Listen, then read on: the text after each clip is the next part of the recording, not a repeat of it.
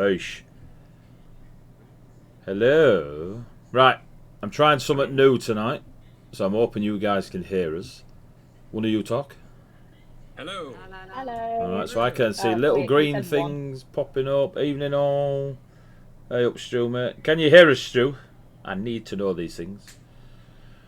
So I'm currently covering up the window, Rich. Oh. And in OBS, I can Okay. see you all moving. I just don't know if it's moving on the stream. Yeah, wait for the Did? delay. No, everything's fine. It's moving. Yeah, I can hear you all, I see you all. Apparently that only happens on my computer then. I'm a god amongst. Well, Rich, The it orb. might be that they've changed how it works. There is a good chance, mate. Like Hopefully. the last time I did this was 7 years ago or something. Right. Bear with us. We got a few things that we're going to try. We used to use Zoom, but now we're using Discord. Oh, my mic went a bit high there. Let me bring that down a bit.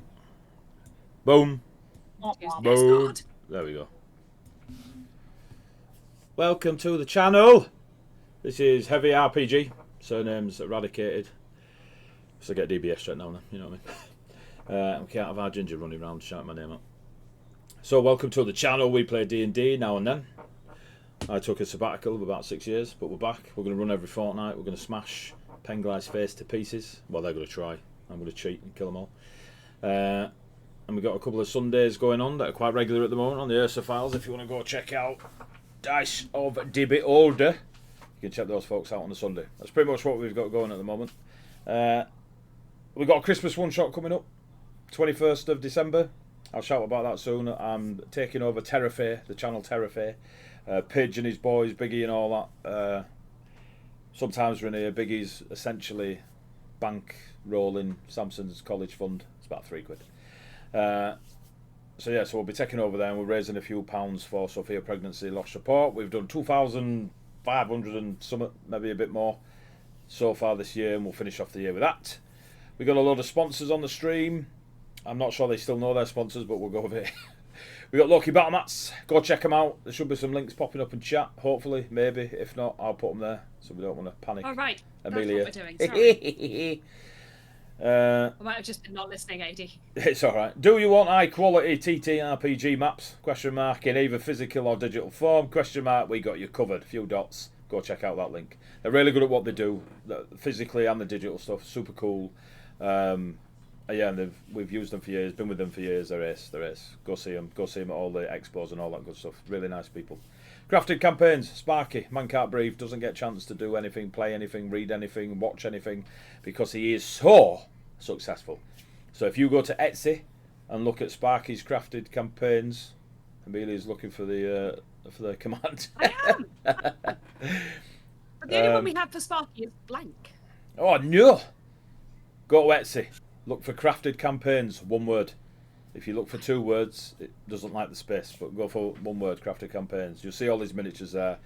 Thousands of sales, loads of great feedback. He was responsible for the Tarask in last year's week-long. He will be sending some stuff my way. So buying a load of minis off him for next year's week-long, which will be shouted about in January. A bunch of new nerds. New stories, new minis, new charity. So we'll let you all know about that in January. Go check out Crafted Campaigns on Etsy. Sirenscape! Go check them out. If you want some sound blasted through into your adventures, go check out Sirenscape. If you are online, you can share the audio with your friends and they can listen to whatever music you are playing. If you are around a table, you can play it out of a digital device. A Bluetooth speaker, for example. Or just drag your desktop into the living room and blast it out there. Really cool. Coyote Grey. Not spoke to the man in years. However, if you go to Roll20, check out the marketplace on Roll20 and look for Coyote Grey. You'll see he does a load of chibi tokens. Last time I checked, I bought them all. They're really cool. I love chibi artwork. So, yeah, he cheated and got me. I really like Coyote Grey's stuff, wherever they may be enjoying their lives. Yes. That's about it for all sponsor stuff. If you are what the cool kids call a whale, and you've got lots of money, spend 200 bits. I don't know, it's a gamer thing. Spend 200 bits and you give these lot a reroll. I actually think the command says 400 bits. We need to change that. I said that 2 weeks ago. I didn't change it.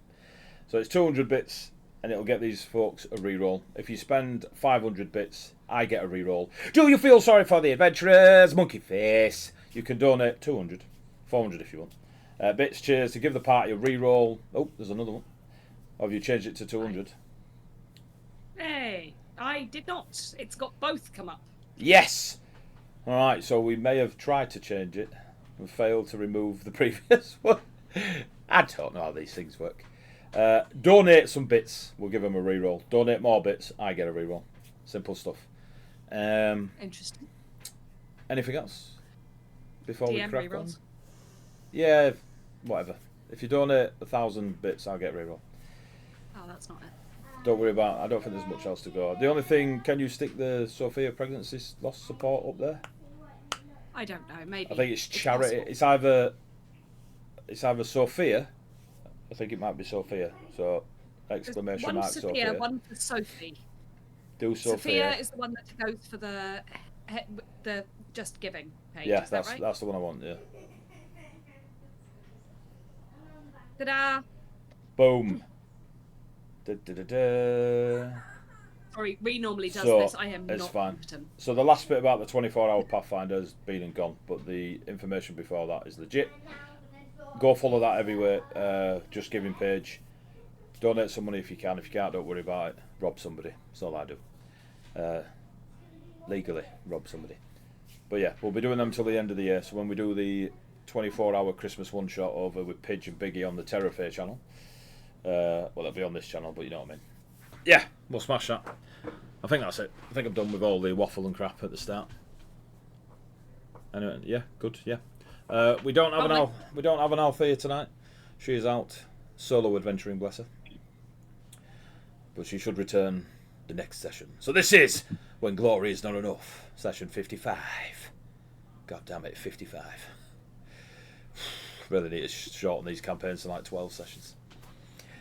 You are in the realm of Al-Shin, the elemental plane of air to the common folk and farmers, who are the same people.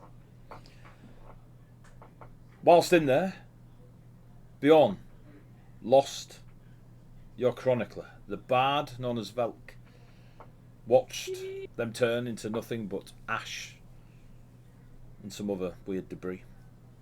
Float away. Gone. You're there with Tep, who was also done one on Bjorn. Leapt from the pathways into God knows what storm and clouds chasing their shadow. Beyond them made their way to the palace. Bizel! Or Bizzle. Evening. Bjorn made his way to the palace, a tempest above it. Chilled out for a drink, while the rest of his friends had a lovely conversation on the deck of the ship, the Syrian Hind, in the material realm, about Faze's moments of violence 32 seconds before. Etheria shed a tear, crystallised it, passed it to Faze.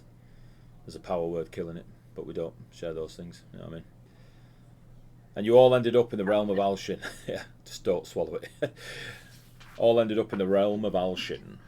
Whilst there, Help me on, not me. the last, when you was asking for directions for Bjorn, your friend, your lost friend, the Tillman on the portal between the air realms and the material realm told you that the last time they seen Bjorn was a year and a day ago. As much as that was very confusing for you folks that don't understand the passing of time, you decided to also head to the palace amongst the tempest clouds of death, or diplomacy. When you got there, you went out onto a plateau. Heavy rains, dragons summoned, celestial guardians summoned, stunned druids, and a dwarven thief trying to steal a sword in the stone. The sword remains there. You were beat up. The massive air/frost giant was beat up and ran away, flew away. Althea threw her teddies at it and didn't come back.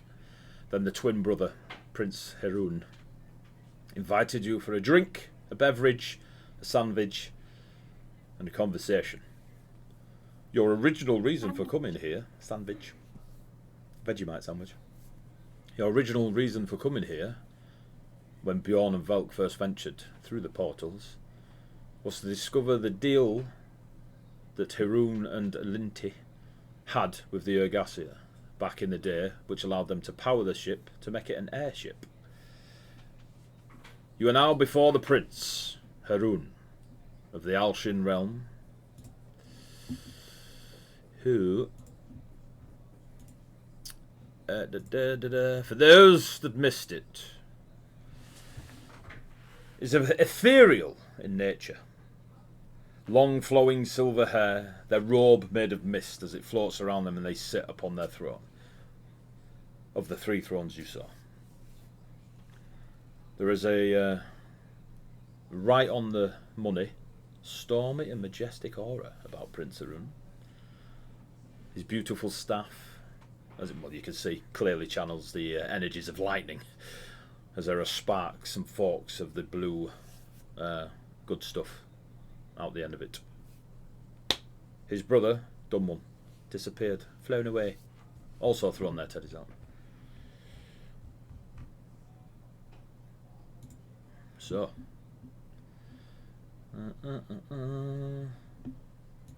you're in the throne room of the Tempest Palace.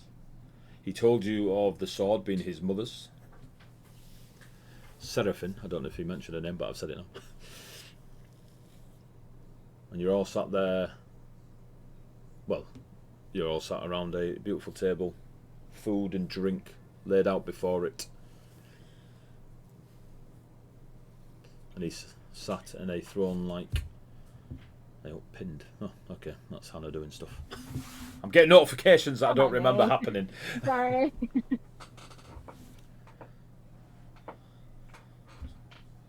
I also was trying to work out what was going on, so.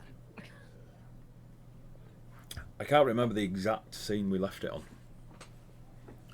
So It's fine. We'll just say we've arrived. We were offered food and drink, yeah. And I was mocked by my acquaintances for not being able to. Oh, we're buy. friends now. Yeah, what they all say. You can totally drink. You just can't taste it. You can still drink it. And then in front of the prince, we in character had a very strange conversation about like how an undead person would expel fluids that they couldn't actually imbibe. Straight through. Straight through. Haroon is watching on this conversation, listening in. Oh, Prince, Your Grace, how do you prefer to be referred to? Prince Haroon, the Quieted Storm, is what most would refer to me as, but you are guests, and after the entertaining ordeal of giving my brother a slap, Haroon is fine for those not of my realm. But thank you for the respect. Haroon, I originally came here with some friends who are no longer with me. I'll update you later, guys, but Velk's dead. Anyway, in the minute. But what the reason that we traveled to your realm was because we wanted to know more about the deal that you had with the Golden Hind. Was it the Ergasia? The Ergasia, yes. I know of them. They are past many moons ago, beyond your lifetimes. But we have found their ship. The Syrian Hind. That's the one, not the Golden Hind, the Syrian Hind. Yes. I am aware of said ship. It was crafted for them by those of my realm. Well, we wanted, I suppose, permission, or to take it over and have it fly for us as well. Oh my god, Velk! Yeah, can we rewind a bit? I know Who is dead, Velk? Bjorn, but Velk is a friend of ours. What do you mean Velk's dead? You can't just go Velk's dead, by the way. that was so casual. You were initially correct. It was. There was only Oh, two of you he's entered my dead. realm. You and a small fey creature that chased their shadow up off my bridges. There was no third. There were 3 of us. Wait. The stories are ending. The stories are indeed ending. But perhaps because the stories are ending, Velk's story ended, and I think I'm not very good at remembering, but wasn't there something about if the story ended, then it never happened, and people might start forgetting about people whose stories ended? You notice that the prince is really paying attention now. Like, there is less of the welcome to my feast and more like forward on the chair, leaning in a bit. They're definitely interested in this topic of conversation. It's possible. But where's the little fey child? I They lost them. they apparently have the ability to fly, for my realm is not hindering them as they chase what I can only assume is a pet shadow. But they seem Yes. very comfortable and confident, if somewhat distraught. Sorry, I've not eaten for a while.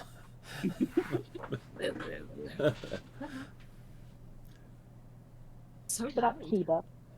Jeez. Stories are ending here too. What do you mean the stories are ending? Our bards, when they sing, are not able to finish a song. When they write poetry, it is nothing more than a line. They are trying to tell stories and nothing is being produced, which some might say is lacking a muse. However, those of a skill with the bardic song are able to manifest magics through it. This is failing.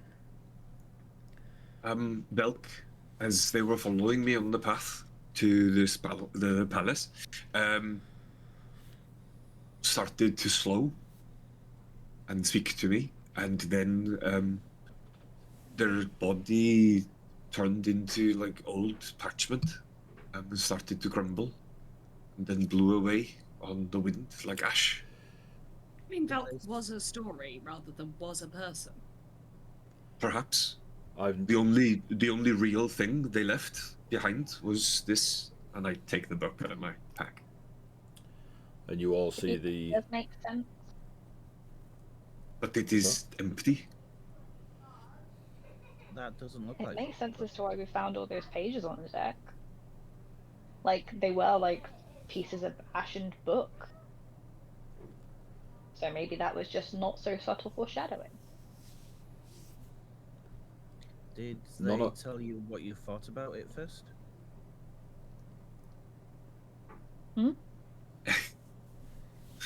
Didn't he?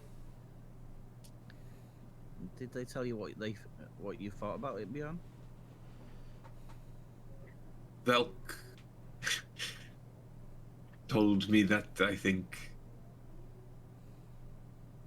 we should continue the story. Okay. none of our bards have turned to ash, but there are Good. magical items that have behaved in such a manner, you see. Are these revered magical items with a great storied history? They do belong to our bards. So perhaps You saying your friend was a magical item? or at least a construct of magic? Is it possible that all of these stories manifested in a person? The magic of storytelling gave birth to a story itself? Bjorn, this might be the biggest thought you've ever had. I don't have anyone else to think for me anymore, so I've got to do it myself. Yeah, so he's gone straight to the top. My tail just going, woof. Yeah. I've absorbed Velk. But I thought Velk was the narrator, not the story. That's what it is, it's a tome of intellect, sorry.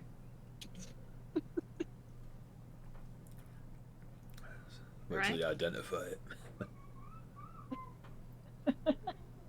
But that's the thing. People need to tell stories. So all of these stories told over the ages became so powerful that they gave birth to someone to tell them. The stories of Sketch and that rhino prick. He didn't like you. He liked my mother. Alright. The word massacre Everyone comes to likes your mind. mother. Massacre, yes, him. You really shouldn't insult your stepdad like that. You shut your damn mouth. Your stepfather is a rhinotaur. No, he is not. Yeah, it is. I've never seen a half rhinotaur, half dwarf. I was not always a dwarf. Okay. That is something. Well, no, we have more important things, but He so- grew into the dwarfism. If we can fix that too, that'd be cool. the ship. Yes. We can, me and my brother, allow the essence of the Alshin realm through. It is connected to the Syrian Hind. But there was a contract in place between my family and the Ergasia. Where do I sign?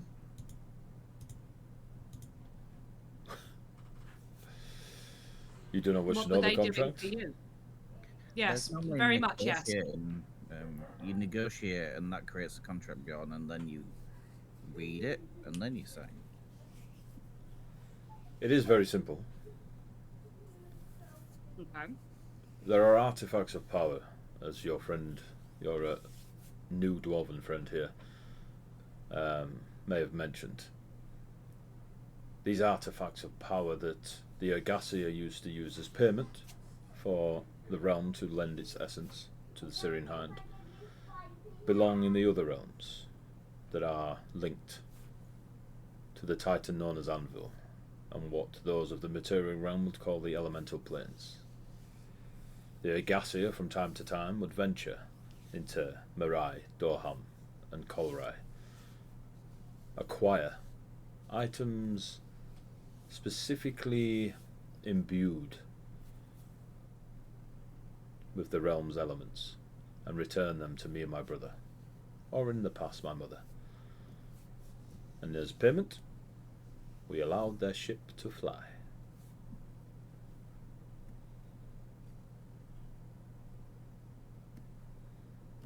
We would be like relic hunters for a time for you For a time, with a flying ship. with a flying ship. There are a few extra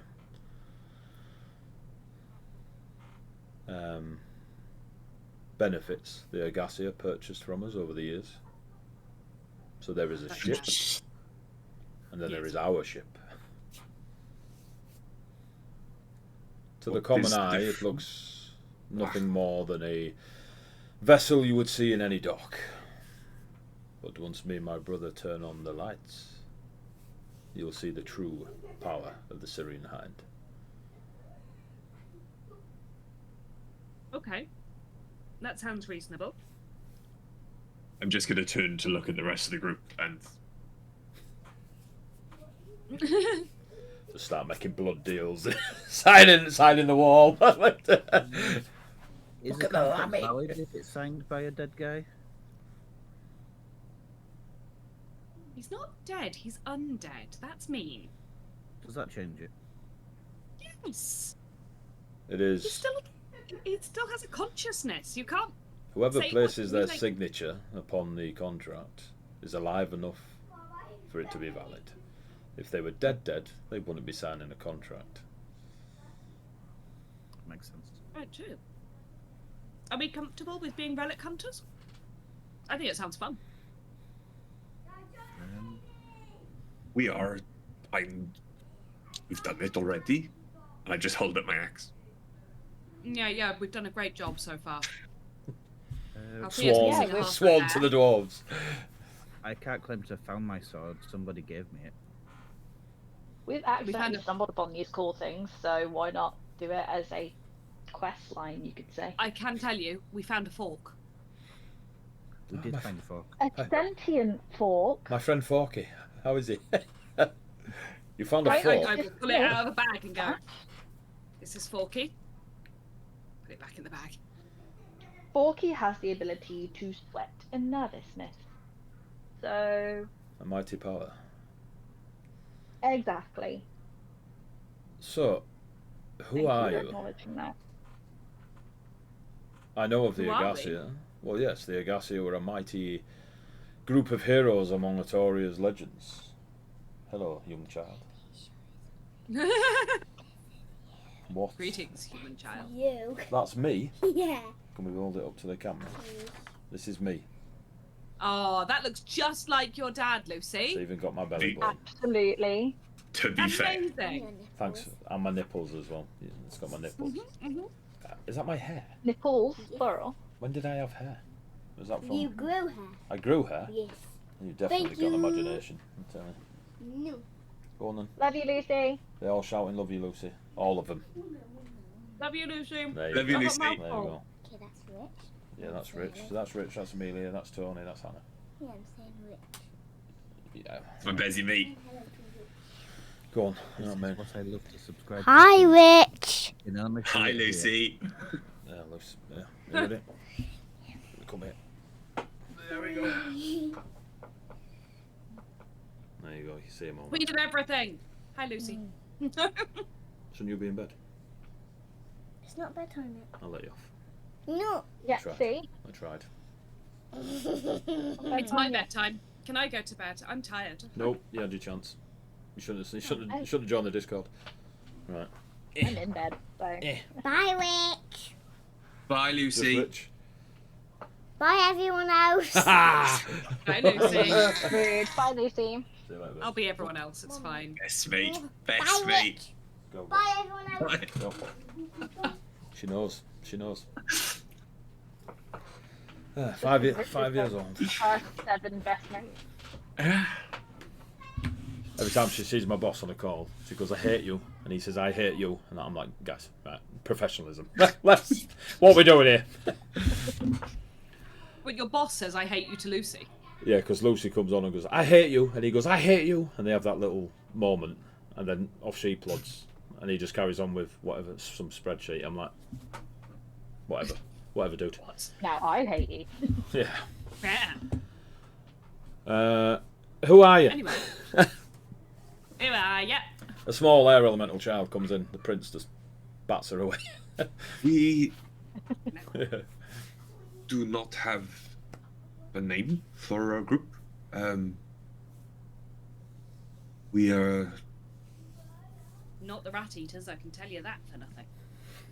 He bait himself to death. No, it's just the singular rat eater, actually. She's the one rat eater, actually. We don't have a collective noun for our group. If you are to be a story, you should. Oh shit! You can't spring this on people, AD. I don't know what we're called. What the fuck? You've had 55 sessions to come up with something. We didn't even think we'd Ronald. make it this long. Neither did I. That's why I never asked the question. I mean, we have done a great deal of things. I reckon we should call ourselves Ronald. Open a burger restaurant. No, not right. Okay, moving on. Sorry. For Gulp. The story list. for Remy, we could be the Dragon Bringers. Yeah, it's a bit fancy. We're not really fancy. Also, we've lost the dragon currently. We brought dragons back to the world. We defeated an avatar of And then Penglai. it died. We didn't die, it turned into rain. Shush, you're making Althea cry. We defeated an avatar of Penglai. A mere construct. Yes, continue. Don't know how Rhea suddenly got a brain cell and knew what a construct was, but There you've is heard it in conversation. no reason to name yourselves now. It was merely a curiosity for Whenever I meet groups of adventurers and heroes, they usually announce, "We are the mighty 3.5."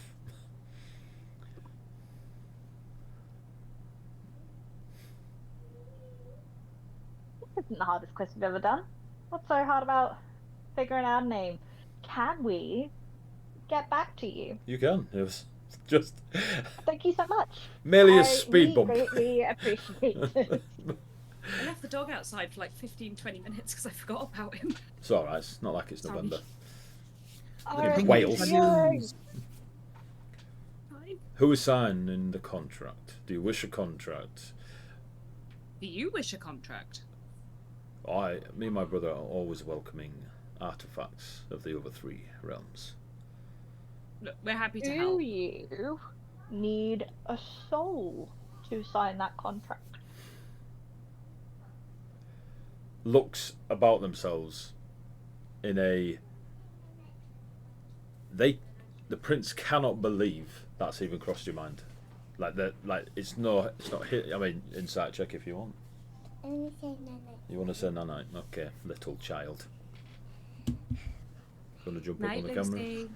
You can't just stand on your tiptoes. I'm trying to listen. Good Bye, night, Lucy. Witch. Bye, everyone else. Good night, It's like Lucy. winding them No up now, problem don't now. you? Night night. Night, Night, night. night, sunshine. I don't Chat know. also says the night. Oh look, they're saying nanite as well, Lucy. The people in the chat. Ah, yeah. Yeah. Mm. That's how we Cares get- more about that than anyone else now. That's how we get subs. Though. Put the kids Bye, on. Witch. Bye, everyone else. Yee. Set that with you. Go on, let's cut your nails. Sleep well. Don't trip.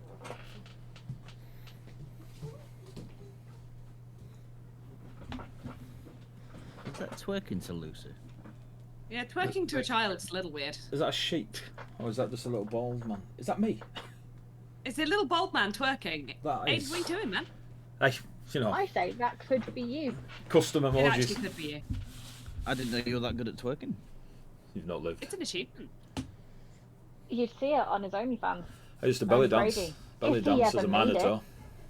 I've made it. I just don't advertise it to you lot. Liar. It's just If for it me. existed, you'd show us. I'd show everyone. I love how Yeah, I it's know. not even for Becky. Nah, Oh, Becky knows what she married into. yeah, that little twerking bald guy. Yeah, that's how I got her. So, By twerking. my twerking.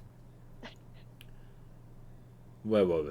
What were we We're doing? distracting D&D? from the fact that we have no idea what our group name is. Yeah, you can No, figure that's that out later on. Um, If you wish the ship to so- fly, the contract is simply to relic hunt for us. I will sign. I'll sign it. I'll do it. I'm the one that has had very little responsibility this entire, story. Yeah, Raya can sign. I will do it. I have less to lose. And honestly, Bjorn, you can't afford any other repercussions. I mean, we could all sign. We could all sign. No, Whilst you're Yeah, but the conversing, thing is, it would be the first person to sign would be the main signature though, so it wouldn't make sense. Does the the person who signs first, do they get to be the captain? I will sign. that is your choice. As you've been conversing, there is a roll of parchment on the table in front of you. It's not too long. It's written in the primordial language of air.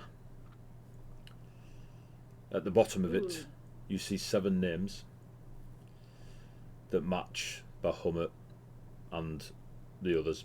Can I insight check and see if this guy's on the level? Yes, you can. Roll an insight Thank check. you. I would love to. I'd actually really love to. Ray is just gonna 15? scratch an X. Say again, Fizz. No, 15. Lord. Right, has not the consequences. Way too sensible. She's just here for shits and gigs. Once I've signed, can I insight check? I haven't signed yet. I know. 'Cause, I'm going to Jeez. give myself. Oh no, I can't do that. Yeah, I can. Add the number roll to one ability check. Before or after making the ability check. But before finding out the result. Yeah, okay, so hang on. So you're guiding yourself. Okay. I'm guiding myself on insight. Why not? Oh. Now it's a 16. These are our Samson's rainbow dice that you can't see. No clue. Nice. Yeah, yeah, okay. Very sparkly. They're really cool actually. Oh wait, are they the ones from the week long? No, The glass he's at no. They're fucking. So we had some rainbow glassed ice and some dark purple glassed ice. Holy Mhm. crap! The purple ones They were were beautiful. incredible. The purple ones were so nice. Yeah, so seems legit. Like genuinely, they don't appear to be silver tonguing it. They simply, from what you can ascertain, sounds like they've had a contract with a bunch of relic hunters, and now they're accepting your offer of being the new relic hunters. Okay. All right, that's fine. So you believe? And I've got no way of reading the contract, so that worries me. That's all. Can any of Rhea you speak will primordial? I do not. chicken scratch an X onto it. Right.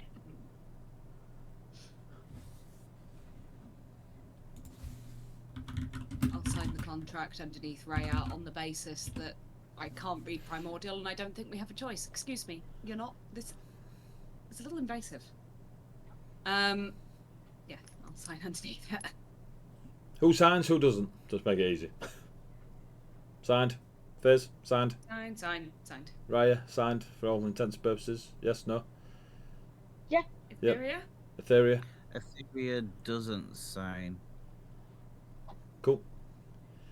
Althea, do we think she'd sign? No, she's Absolutely. pissed. She wants a fucking boat. No, she is pissed at these guys. Well, Yeah, she's pissed at I the know. brother. Yeah. Yeah, I don't think she would. Yeah. Althea's in a Look, fucking foul How mood. about we find out next week and we'll just leave Althea as a question mark for the time being? Or the week after Correct. would be better. Yeah. Right, yeah. So, More you two that. sign. Yeah. The parchment rolls itself up, disappears in a puff of cloud. You will find when you return to your ship, it will be skyborne. Awesome. Like Any you. directions for anything you'd like us to locate? If you find yourselves in either of the other three realms, and it is shiny, I would like to see it. All right. That's really If I reasonable. feel you are not producing enough, I will send word. Okay. I have a question about the ship. Please go ahead. Which bit is the poop deck? Just blinks and carries on looking out to the rest of you. I wouldn't let that one Etheria, what? be in charge of the ship. I will show you when we get back, Etheria. Would you be able to help us, A, get back to the ship, and Oh, B, I know how to get back. I assume through the guy who got us here, but Yes. There I'm are also wondering. bridges, toll bridges that you can use to get yourselves back to where you need to go into the material realm. Or I could personally send you there. Either, but I'm wondering if you would be able to do it with the little fae who was with us and their shadow, as it's your realm. If you'd be able to help us with that. I can I send. don't know them, but it seems I can a little harsh to leave send- them here. Well, we've been chasing them for a year now and still unable to pin them down. Yeah. But I only arrived with them earlier. It is different for those of the material world when they enter the realms of the elements, the fae, the demons, the celestials, any realm. How much time will have passed back home? A year. When you return Okay. home, it will be a year from where you left. That'll be Okay. interesting. So we will have no realm to go back to because it's been destroyed. Well, Possible. it is still there, otherwise this realm would also have disappeared. They are all linked. That puts some urgency on things. Yes, if you could send us back, that would be supremely helpful. But you haven't been able to catch the little fae with the shadow. They are quite elusive. All right. Well, I just feel bad leaving them here, you know? I missed my sister's birthday. I'm sure Did she'll you have a forgive present for them? Yeah. Okay. Maybe you Just should explain that you, give it to them. just explain that you got stuck in the realm of air and it wasn't your fault. It's a very, very common excuse for missing a birthday gift, Etheria. I'd love to go home then, if that's okay. Back to not clouds. Not that I don't like your realm. It's lovely, very pleasant. Had a great fight. Love bringing out my celestial friend. Always fun. But I frankly feel like I'm going to fall to my death at any moment, and it's scary. It can take some getting used to. Yeah. I could just generally do with a nap. Yeah. Before we go, I do have a question. If that is Please, permitted. please do. I was told by the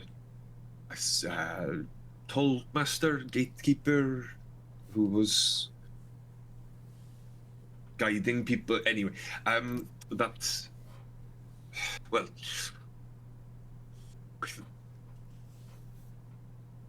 he asked me the question, did I want to return to what I once was?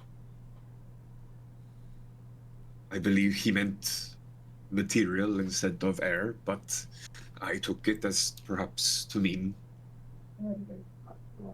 my living or human self instead of an unliving dwarf. And he said that you perhaps would have some insight into this.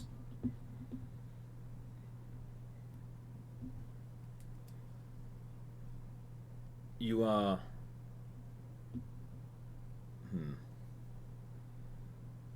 Speak clear. Is this your story? Or are you turning the pages of another? This, I believe, is my story.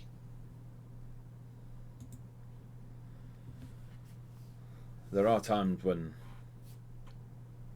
paths cross, when the weaves of the bards and their songs intertwined with one another. If you are seeking a return to your earlier pages, then maybe you are on the wrong path, in the wrong story. But if you truly believe that it is your story, and these pages that turn are yours, then returning back is not part of it. You will need to be very sure. I can assist. Everything can be undone, everything can be rewritten. Songs are performed over and over again. Different bards perform them with their own shabazz. So I can assist, but you need to be very sure. My story began as a human avatar of vengeance, Costo.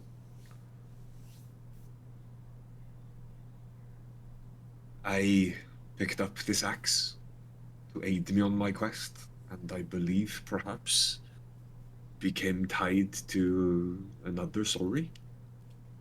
Takes me away from this path, takes me away from the path of another I have pledged to help seek their own personal vengeance. I would prefer, I definitely prefer a return to my original path, so that my objectives are not confused.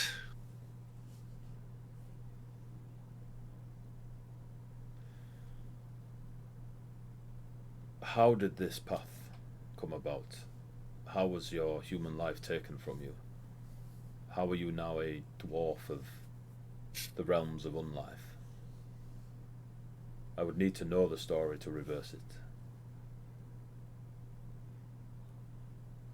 When I first left my homeland, it was on a quest of vengeance for Costo, The Vendari. the Vendari, yes. Costo sent me to steal. Oh, sorry. To take vengeance upon someone who had stolen wings that were not theirs. I found this thief, this wing thief, as a member of the troop that was also being hunted by my good friend Face here. Nods towards you. And when I tried to enact the vengeance of Costo on them, I was found wanting and was killed. Costo brought me back as this, what you see before you. Well, not this, but unliving anyway. That, I think, actually is my path. Through the choices I have made. The path that I think I have tied myself to was picking up this. And I heft the axe. Is it your axe or is it the dwarven axe? As The in, I dwarven know, axe. as in aesthetically, Aesthetically, because you could change it to look like yours, can't you? mhm. And I do shift it from looking like mine, like the To its like, actual like axe. Viking winged blade to the dwarven There's the a- axe, the dwarvish lords. There's a moment where the jaw drops, not like in like, oh my god, but like there's definitely a moment of awe. What the hell is that? Wait. Wait. There is a noise going on. Okay. You could hear the high-pitched beep, yes? I assume that is a noise that's not supposed to be happening. Okay.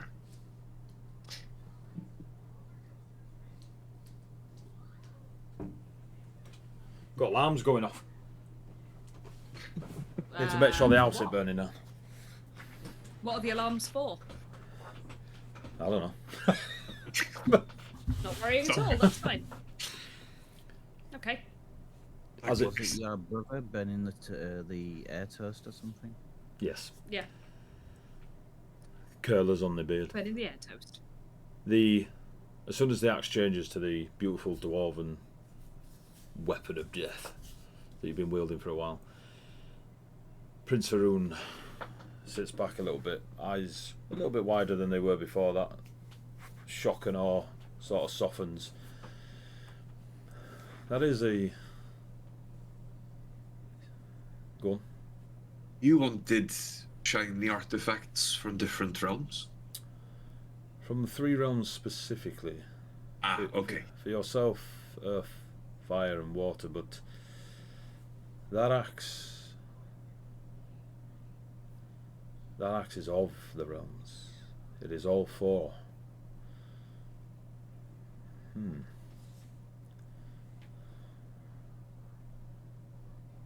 And you wish what? To return to human? Yes.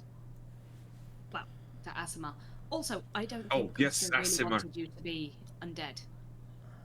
I I don't think you were brought back as undead. That was definitely my fault. So, Alright. was it the Vandari who made you the way in regards to unlife? Yes. So the dwarf is nothing to do with the Vandari. No, that is from this. Okay, that is where I can help you. Reversing the blessings of a Vandari is out of my skill set. Removing the presence of a magical effect from simply wielding a weapon, I'm sure I can help with, if you are willing to part with it.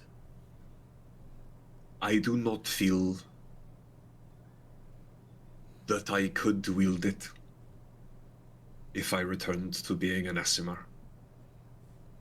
To wield it is to pledge to the dwarven kingdoms.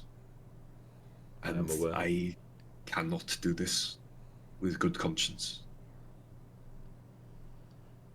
So I will. Hand over the lammy. Did you already pledge to the dwarf and king magics? Oh, I will hand over the legendary artifact that basically makes me Thor without lightning. I will do this. Just out of interest, what does a dwarven dragonborn look like? Are you asking the prince? Yeah. Like, I think you're more of a swords person, Etheria. probably a little bit thicker than you are now, if I was to hazard a guess. Oh, tempting. Pinker, maybe. Pink beard. You would not be dragonborn. Your scales would shed. Your skin would be soft. Oh no. I'll stick to my swords. Thicker? I can squat. Your beard would also be thicker. Give me the axe. And I'll... Okay, hang on. Give me a second. I need to check something.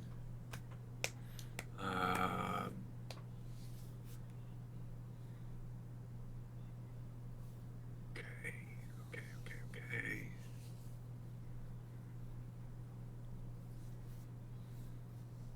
Just trying to work out if I can, because it might. There is a special ritual to separate it from my axe. Oh, hang on. There is a ritual I need to perform to separate it from me. Otherwise, it will return if I move too far away from you. I draw my sword.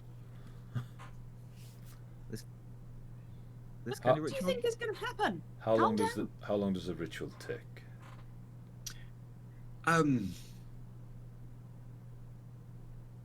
45 minutes to an hour, give or take. If I were to assist with the heirs of time, I could bring it down to maybe 1 minute.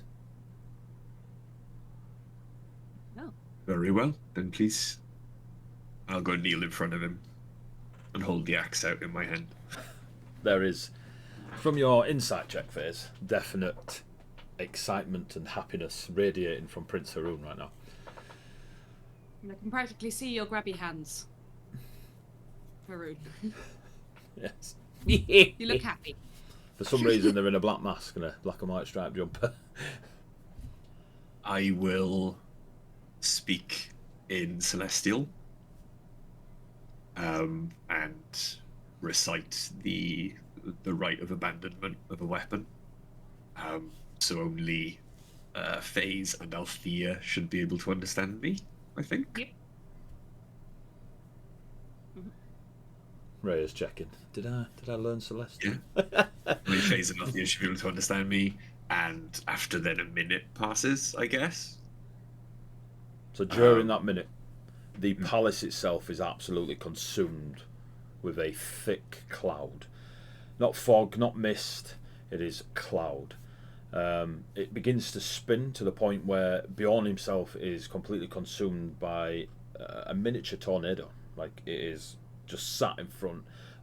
All of your hair, your scales are kind of flapping. It is fully... It's a strange experience to endure such winds and not be moved, not be blown about, not be pushed over, but the winds are powerful, they're quick.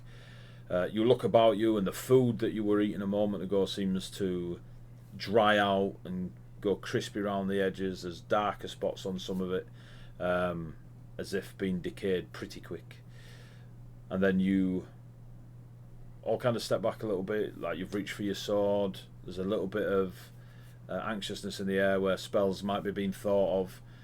A minute passes and you see before you Bjorn as you met him the first time. Still pale, still looking like he's, you know, on the edge of death at all times. However, in front of him is the beautiful dwarven axe, no longer shining bright in Bjorn's hand. It is on the floor, still pretty to behold. And Bjorn, the human. Or Asima. You call it what you want.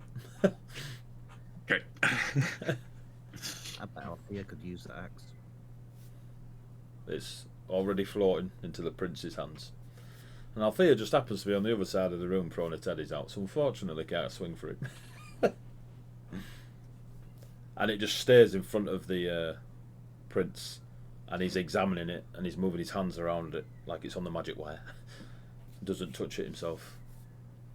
From behind, a large chest rises out from behind the thrones, just out of nothing but air. Flips open. The light that radiates from it is kaleidoscopic and rainbow-esque. And you can only imagine what treasures that chest holds as the axe is floated to the chest, closed, and vanishes into whatever hidden realm the prince has control over. Well, today has been quite a day. Never did I think a year ago that's the gift you'd be bringing to my palace. And quite the handsome chap. Thank you. Oh, just a quick question. But now that we have returned to you a legendary artifact, this of all 4 realms, I assume this gives us a little bit of leeway in the... You can definitely enjoy a bit of R&R in the material realm. Before we have to go and find another one. Yes, yes. Give yourself a year. Is there a quota? As I said earlier, and the arrangement with the Ergasia, they've travelled a lot. Sometimes they would visit with several items over a passing of a week. Other times there'd be a year before I saw them again, but they would turn up with a larger item of more renown. It is entirely up to yourselves. If I see fit that you are not upholding, I will simply request an item or two, just to keep it ticking over. Or I just turn the ship off mid-air.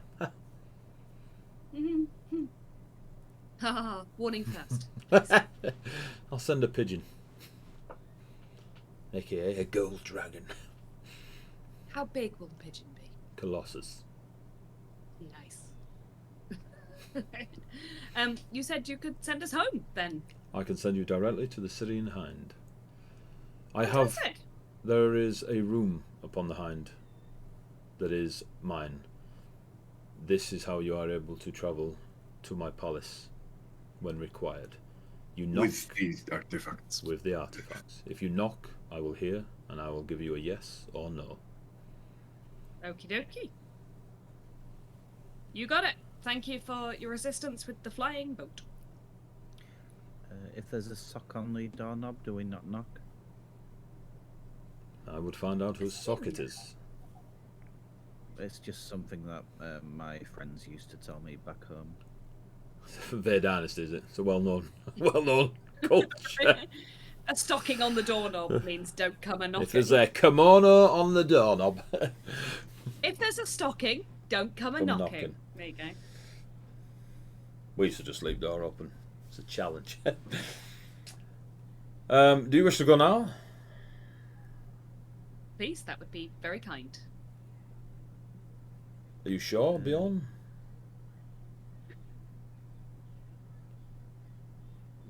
I do not think there is anything else we have to ask of you. Thank you for this. And just gestures to all of me.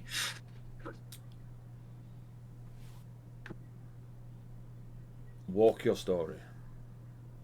Turn your own pages. Don't allow others. That's all I have. And avoid my brother for a while.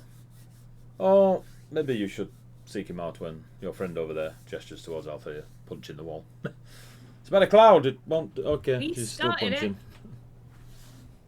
And thank you for not stealing my mother's sword. I would have given it back.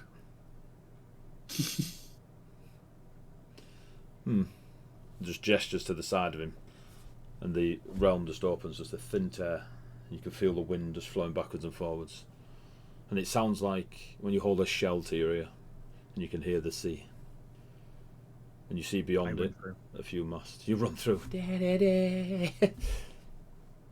But bye. Bye. I will go through. You all go through. Right, you Yeah. go through. With enthusiasm. With enthusiasm. You've now all gone through. Back to the material realm. Now, this is where shit gets real. I'm going to try something here. Are you ready? I'm ready. I'm so excited. on the stream, So you can play with toys. maybe. Yeah. On your stream, I hope it changes. Yeah. And I hope people can still hear us. They should be able to. If one of you says hello. Hi. Okay, so I can see Hello. little things popping up. You should be able to see. Yeah. Yeah, cool. Okay. Right. Anna's listening without sound, and somehow that person still heard us. Okay. I'm impressed. So if I are in. Right, I'm now in Tailspire, so I need to make sure you guys. Is someone on the stream? Can you see me moving this dude about? Yes. On the stream or in Discord? On the stream. I'm On the watching. stream. On the stream.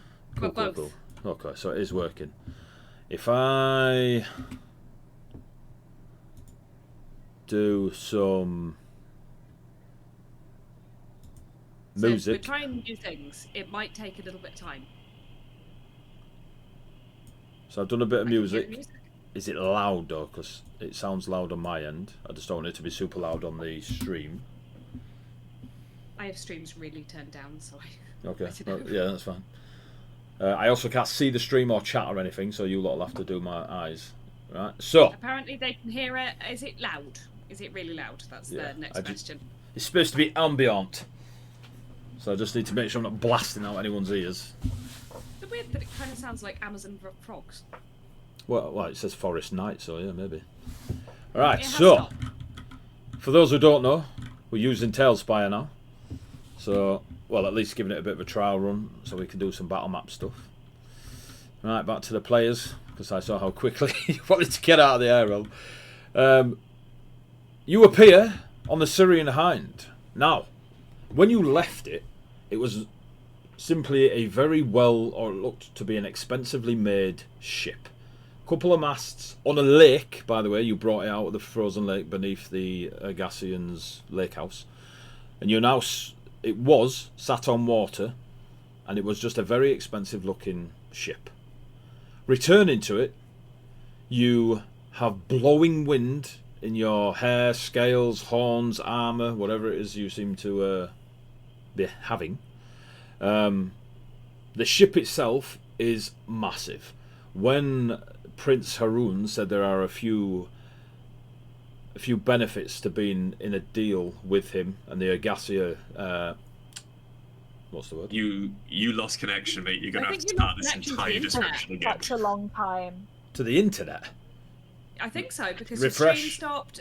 Like the Refresh. stream's still running. So if you refresh But The the. stream's running now, No, I but your said Discord pretty perfect completely levels. disconnected. The Discord connected. Yeah, you left Discord. Yeah, Oh, you I left Discord. We all just sat here like, hello, Yeah. Eddie. I've- So what did you hear up to? Nothing. Literally nothing. We were looking at the nice ship, which, by the way, the stream hasn't come back up yet. Refresh the. Refresh I've still got the. the screen.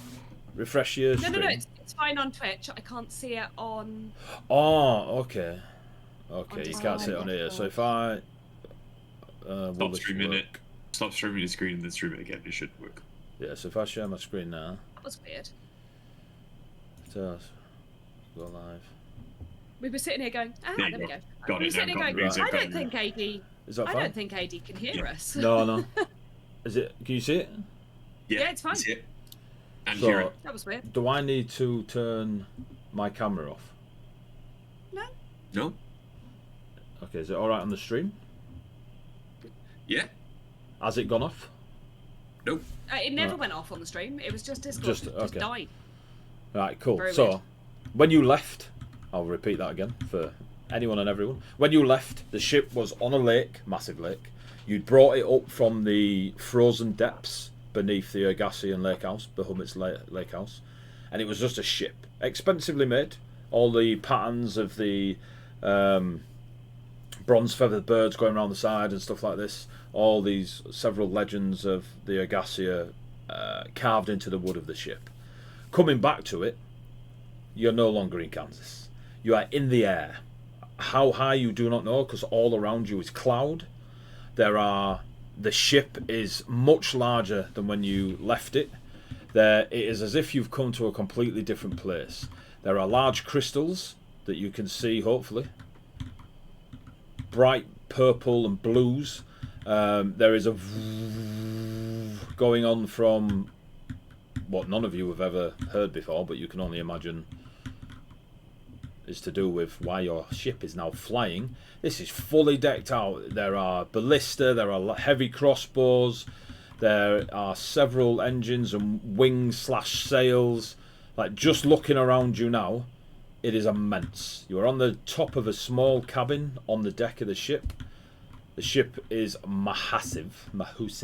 At the front you see the 2 large ballista. Out flying in front of you are 5 wyvern. Yeah. Yeah. On screen, all green. But, depending on how it goes with Tailspire, for the people at home, we will get you your own wyverns so you can see your proper wyverns. And your own minis. At the minute, we have Althea. No, we don't. We have Rhea, Wolfbearer. You're no longer a dwarf, you bastard. Althea, Etheria, and Faze in full knightly armour. So what we can do, actually, Is there a vampire mini in there or something? that's what I'm looking for now. Hill creature. Wow, that was rough. Or Yeah. a white? Done. Apparently, There we'll is... have our actual characters in this. We will. There is a vampire. It is very stereotypical thingy. That's Althea, that is. Let's just go with... You a Viking, yeah? Mm-hmm. There you go. A little Conan look-alike. I'm in. So for some reason you've stripped off your kit. But yeah, we'll go with that for you for now. Cool. So yeah. So you're on an Okay airship. with it. It is something none of you have experienced before, although you may have... Fizz, you will have seen 1 or 2. They're not unknown. It's not like no one's ever heard of them, but they are rare. Like, partly because of the magic that's used to get up there. Most arcane practitioners, so I'll give you this for free, most arcane practitioners don't have the power to keep one afloat for a long amount of time. So they could probably put one in the air and fly it for maybe an hour, depending on the magics they pump into it. The fuel for these things is living essence of the Alshin realm. So it is not a common thing. For obvious reasons, priceless. But yeah, you have a large ship. Now if I can zoom out a bit more maybe, Yeah. you can see that this thing is massive. Yeah. That's a big boat. When we want to explore, I'm pretty new. Immediately. I'm pretty new to. So we won't move your minis about at the moment. We can look into the ship to see where you guys go. But right now, yeah, you have a airship known as the Syrian Hind. Now, I would immediately like to explore the rooms. of course you would. This here, for those of you that... Oh, we can spin around as well. I don't know if people have seen this stuff before. Up here is where you would steer the ship. Here is a arcane telescope that not many of you will know how to use. You might have seen a few things phase in Ravenholm. They're quite up for their magics. Beneath, and let's see if I've done this right. See if it takes the roof off. There we go. Ah, So hear that. let me in here. I think there is. So if I do that, is it? Nope. nope, nope. There you go. We can shine a torch a bit. So if I move around, I can light up the area. That's a very cool. It's alright. We can see it. Honestly, it's bright enough. It's fine. Okay, We cool. can see. So a very arcane orientated room in here with all sorts of stuff going on. There's a dead guy. Going further down. There we go. Oh, just a bit more.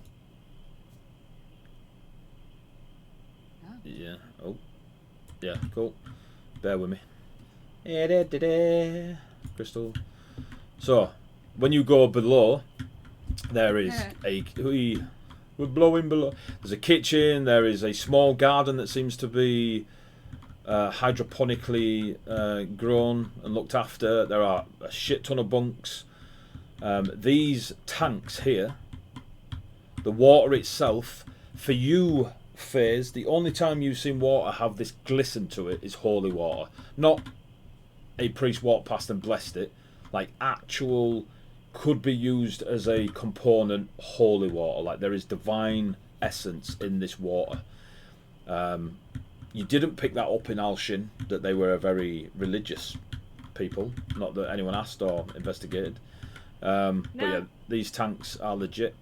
And obviously there's an armory back here for knives, crossbows. It is definitely what you'd expect of a legendary adventuring party. They're fully kitted. You know there was only 7 of them. However, the fact that, you know, they were so known. Oh, and then you've got down here. Oh, get over here, you bastard. It's just a bit more. Gone too far. There we go. Storage. There we go. Storage. Oh, I need that to, yeah. Got lots of storage to do stuff with all the way back here. And yes. Any immediate questions? Is So, there a room in the middle? Underneath the... Oh. So you've got the big room at the top, but then you've got the 2 little square these things. here, Is there yeah. anything inside those? Let's Yeah. have a look. Just curious. Really. Oh, no. Wait. Wait. So as you can see, oh, yeah, Okay. but they are more like rooms in that they're not personal rooms. Like you could use this as a martial training room or a prayer room. Similar here. This goes downstairs. Obviously, there are a few things here that are not here. Sorry, like your personal rooms. You have personal rooms on here. For the Ergasia, they each had a room associated with themselves. When you explore them, I'd have to pull up my Ergasia document to tell you all about each one that slept in there. But you had the main captain's room, which was Bahamut's, being a Goliath that he was. It is large and obviously made spacious enough for him. Each room is almost... I'll tell you what it reminds you of. When you was at Lectelio's guild and you could design the room through your own manifestations. If you remember that, I think Etheria had it very Vey-esque when you guys were in there. Like the low... what are the low beds called? Futons? Yes. Yeah. And That's stuff. what I'll be looking for on the ship. Yeah. That kind of room. So it's exactly that. Those rooms are currently, when you walk into them, you can clearly see that one belonged to a hunter. One is clearly Bahamut's, where you see the silver drake iconography, silver dragon iconography around where the Goliath, and there's like imagery of him killing this this silver dragon and stuff, and wearing its skin as a trophy. You get the artist's room. You remember those that were painting pictures with the blood when you were in the Ergasia beneath, and you wouldn't, not vampires. It was terrifying. Exactly. You find their room, and it is, as you would expect, it is cold. It is not welcoming. There is artwork all about the walls that has been painted in blood. It is exquisitely beautiful. The detail is almost soul capturing.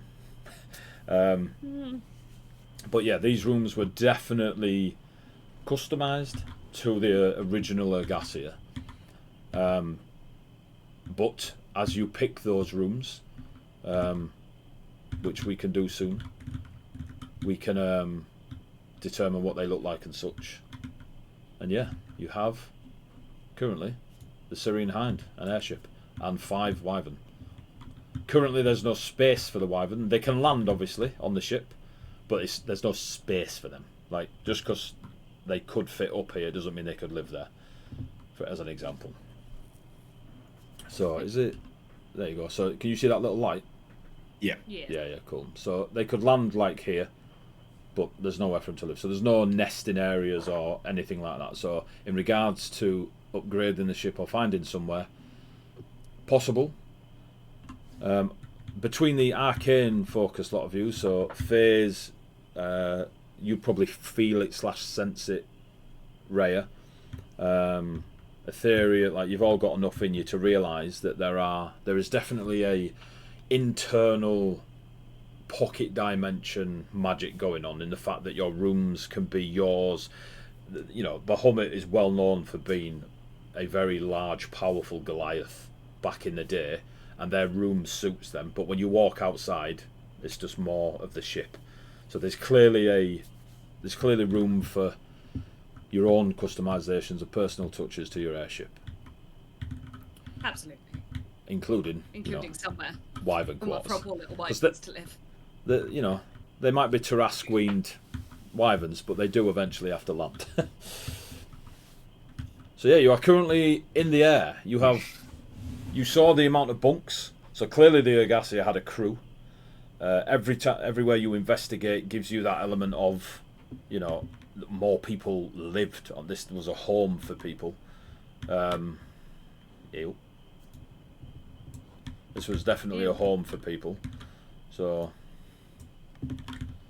oh, he's thrown him off the ship. Oh, he landed. Look at that. But yes, so you are currently on, and you're back. Wolfbearer is kind of a little bit out of his comfort zone.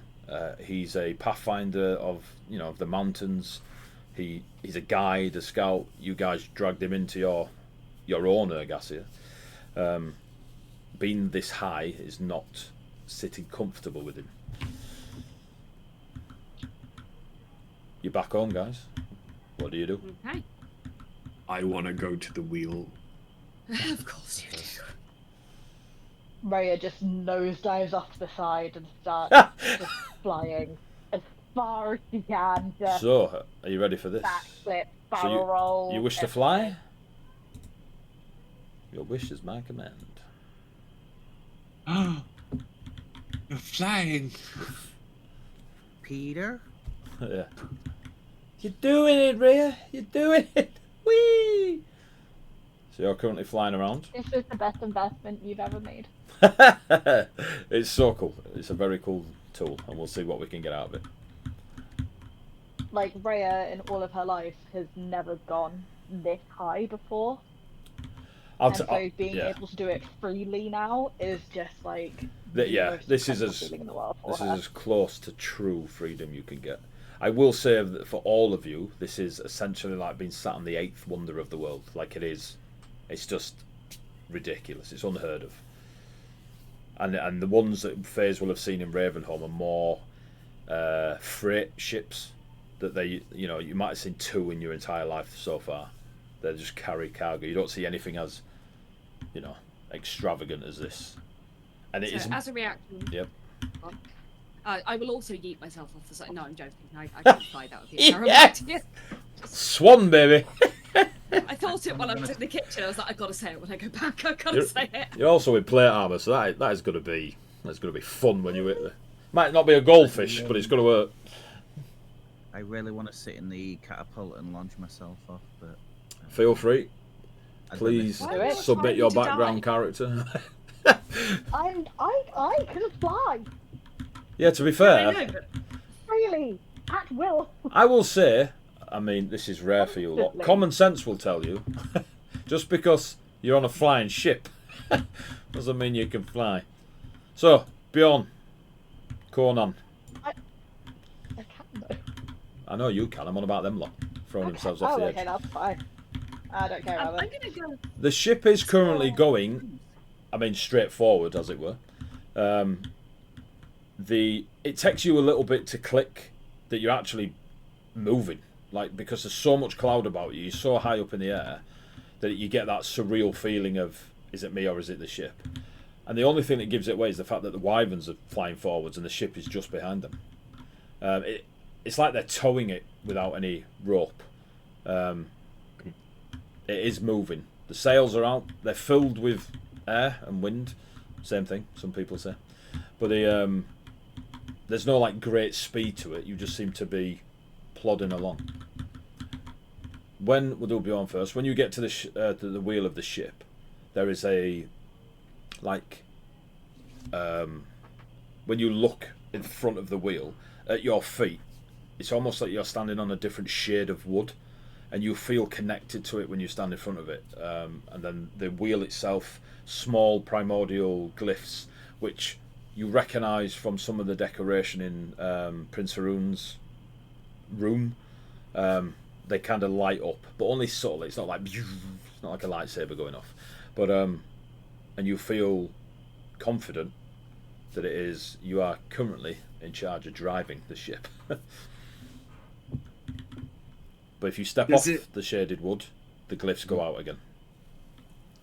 So, holding onto the wheel, does the wheel feel decorative? Am I willing the ship where to go, or do you try? Yes.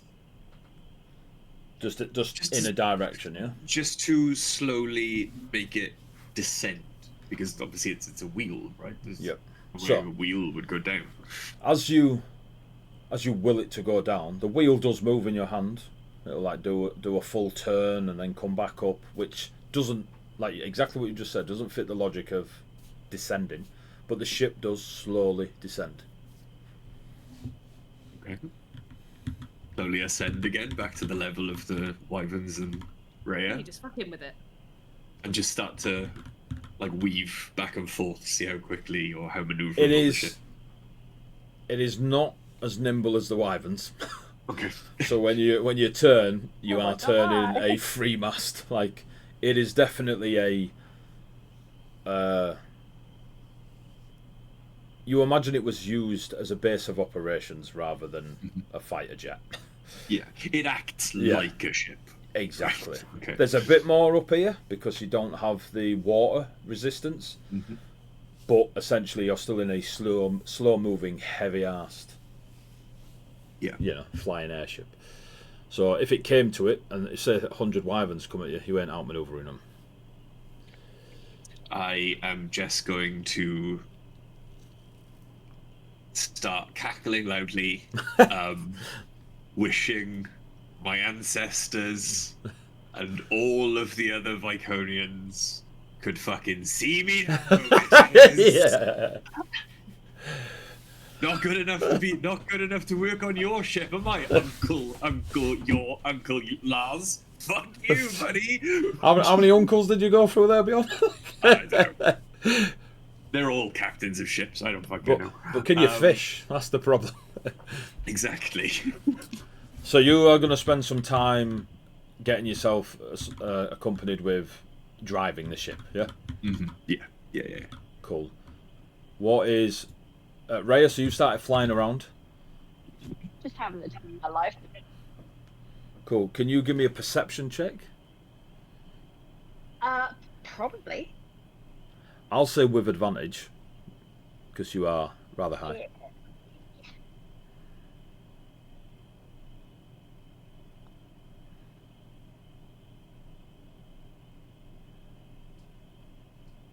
I rolled 2 8s, so that No. takes me to a 16. I don't know how I managed to roll 2 8s I mean, consecutively. that's good. So, So that's a total of 16.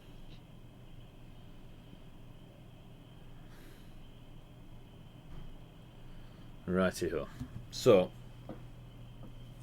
whilst you're up and about and looking down over the edge, and are you just flying around the ship, or are you flying like near the wyverns back to the ship and just all of it, or are you just kind Yeah, of... just all of it, because literally the entire sky is mine at this point. So, You know, in and out through the wyverns, down and under the ship, you know, kind of like seeing if I can like bullet dive like get in that. between the sails sort of thing, you know. Wait till we get your actual minis in here. It's gonna be cool, lads. Right. Don't. Oh, I'm with gonna, the I'm gonna wings. cry. Yeah. I'm gonna cry. Yeah. And with, So- with the position that I've got her in as well, it's gonna look horrific. Right. So, as you are up and about, just like you said, dive bombing in and seeing what's going on, and you fly high up to the crow's nests, the flag is absolutely rigid. That is amazing. The banner's flapping away in the wind. You just kind of take it in, have that moment of just like hovering there, just like slow beat. The wind is strong enough here that you flap once every 30 minutes and it's enough to keep you up there. And you kind of just, like you say, that essence of freedom is everywhere. You see coming towards the ship on a feathered creature,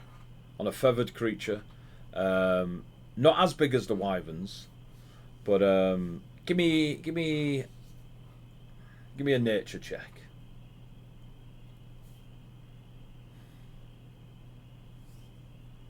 An 8. Okay. Currently, It looks really, like really love 8s today. it looks like a giant bird, maybe an eagle, but it's got 4 legs. That's pretty much all you know about this thing coming towards you. But there is somebody sat on it, and you can see a harness similar to the ones that your wyverns carry when your friends ride them. So this creature is a flying mount, from what you can work out. You just don't recognise it. Singular in the sky, coming towards you. If it flies similar speed to what you can imagine an eagle would, it'd be probably, I don't know, 10 minutes before it got anywhere near you. It's quite a distance away, and it's not like it's shooting towards you and you're moving away from it. I'm gonna swoop down to Bjorn, who's in captain position. I'll say, Bjorn, there's something coming off this bit of the poop deck. The poop deck. Flying at us. Is it? But Okay. not fast. Probably about 10 minutes out. I don't know, it's like a feathery 4-leg thing with a person-oid on it. Like a griffin. Now he says it out loud, you're like, oh yeah, a griffin. Just like a griffin, actually. You are correct. Sorry, wind got in my eyes. Had to blink. Yeah, do we know anyone that owns a griffin? I don't think so, but those that have mounts that can fly up this high would perhaps check the sky more than usual and would notice a big ship being a bit out of place. Perhaps they are just coming to chat.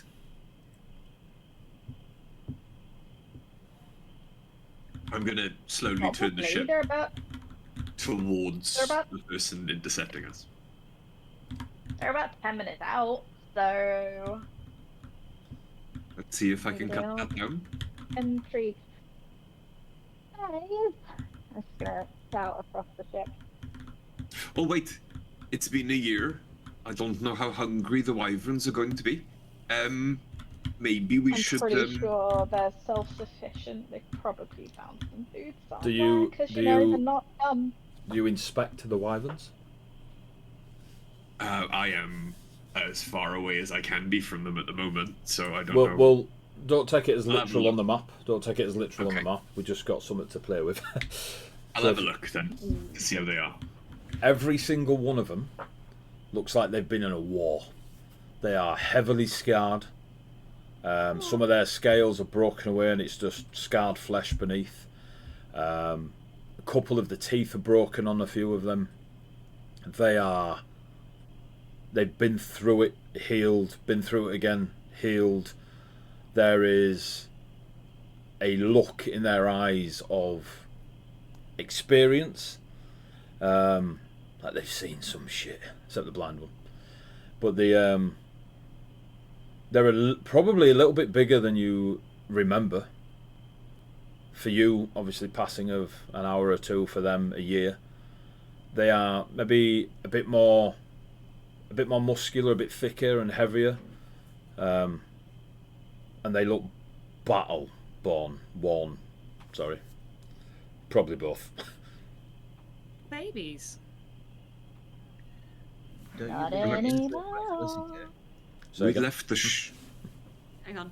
What, Tony? Don't be injuring my Felicity. She is injured. That was the point.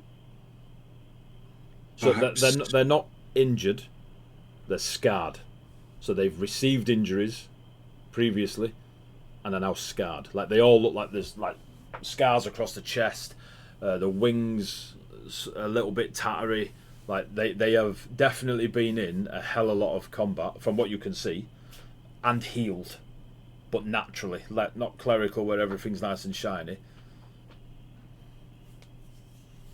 So they're not currently injured. Just for clarity. They Can I work perhaps. Sorry. I was just going to say, can I work on finding them somewhere to land on the ship? Like, to give them a safe space? So Can there is definitely enough space for them to land, just not to live. If that makes sense. I work on that then. Yeah. I want somewhere they can be safe and not flappy. Yep. So So I you. can interact with them. Let's see if I can actually Oh, put wow. them on the ship. Ish. Come on. Well, It looked good for a while. it looks like you're just ramming a wyvern into the side of a boat again and again and again. Like, yeah, on the boat. Oh, there we go. Yeah. Beige. So one's there. We can put the rest on, but you get the idea. I get the gist. So they begin to land. You now see there is a bit of an air of not arrogance, confidence maybe about them as they land. You notice that what is yours called, Rich? Parent. So when Parent lands, the other four. Parent lands first, then the other four around him. You spot it straight away, Raya. There is a leadership, a hierarchy is probably the better way. There's not leadership. How do I word it? Parent looks like the one in charge. Hierarchy is the correct Yeah. one. So There you go. There's a hierarchy of Parent and the rest, but it's not fear. They don't fear Parent. They are. It's that respectful. This dude's in charge of the squad, and we're the squad. And they all have that air of, like I say, that confidence. And they're all very. They don't overreact to you guys returning. There's a bit of stoicism to them, except Felicity, who's just tongue out, licking the mast. The last thing that they saw was us going below, so perhaps they have been defending the ship or biting off more than they could chew. Theory I can ask. The theory? Theory I can ask. I'll whistle Felicity to come in and She lands. and yeah, I'll talk to us. I am so sorry we took so long. It was different there. You look big. You look thick. If Felicity could smile, she would. Did you look after them? No words are passed at the moment. It's very physical from Felicity. She leans in. She nudges you like there is a... You see a sadness in her eyes, just briefly. It's like she's testing if you're real. Like there's a disbelief. You already know she's an intelligent creature. And there is that... They are testing the waters. The others are sniffing, eyeballing their respective companions, partners. Not in an aggressive way, just it just does come across as disbelieving from the wyverns. Then you hear her soft voice in Yorkshire. You've been gone so long. I know.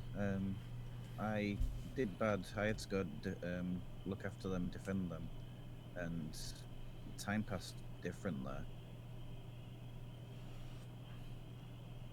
All of the months have passed since you were here. We've done what we can to look after the ship. And then a couple of months ago, there's a very definite fluidity to her intelligence now, whereas before it was a bit more, you know, almost childlike. The ship took to the skies, and we went with it. I've protected them where I can, and Parent has led us well. I taught them how to understand. But they won't be able to talk back, but they can understand. The world is different, Etheria. The world is different, and they kind of nuzzle you again. We're different. We lost a storyteller. I don't know how Bjorn drops that one on us. Bjorn is Yeah. no longer a dwarf. No, he gave up his shiny axe. I didn't see that one coming. He stayed alive. Well, as alive as he is. We had a bit fight with a big guy, and Bjorn and them signed a contract to have this big shiny ship. We'll try and get you some space on here to rest up. Rest is needed. We are all healed, but the wounds were deep. Creatures came for the ship. What kind of creatures? Are you all okay? I can see the scars. Long teeth and sharp talons, claws that rake the scales. I healed where I could, but in the end it was battles of physicality, not magic. These creatures wore colours of purple and darker shades, like the crystals, and gestures towards the purple crystals that seem to be some sort of energy source of the ship. They shine bright. I translate this to whoever's nearest me. I'd assume Faye's having called me. Like I said, it's a bit loosey-goosey, so whoever you deem. Yeah. Faye's asking me to speak to them. I'd assume Faye's nearby, so I'll be translating this for her. So, yeah, you did well. As long as you're all well. If we need to do something about them, we can look at that now. Yeah, we need to get you somewhere to rest. Have you eaten? Are you good? We hunt, we feed, we're strong. We had to learn, but we learned together. That's good. You did good. You did better than me. Althea's wyvern screeches to the sky and then takes flight. Parent reacts and the rest of them react. There's definitely comms going on. Parent lets out a bit of a and they all take to the skies and they all head in the direction of the griffin. And you see them flank and escort the griffin coming towards the ship. But they didn't attack when they first went.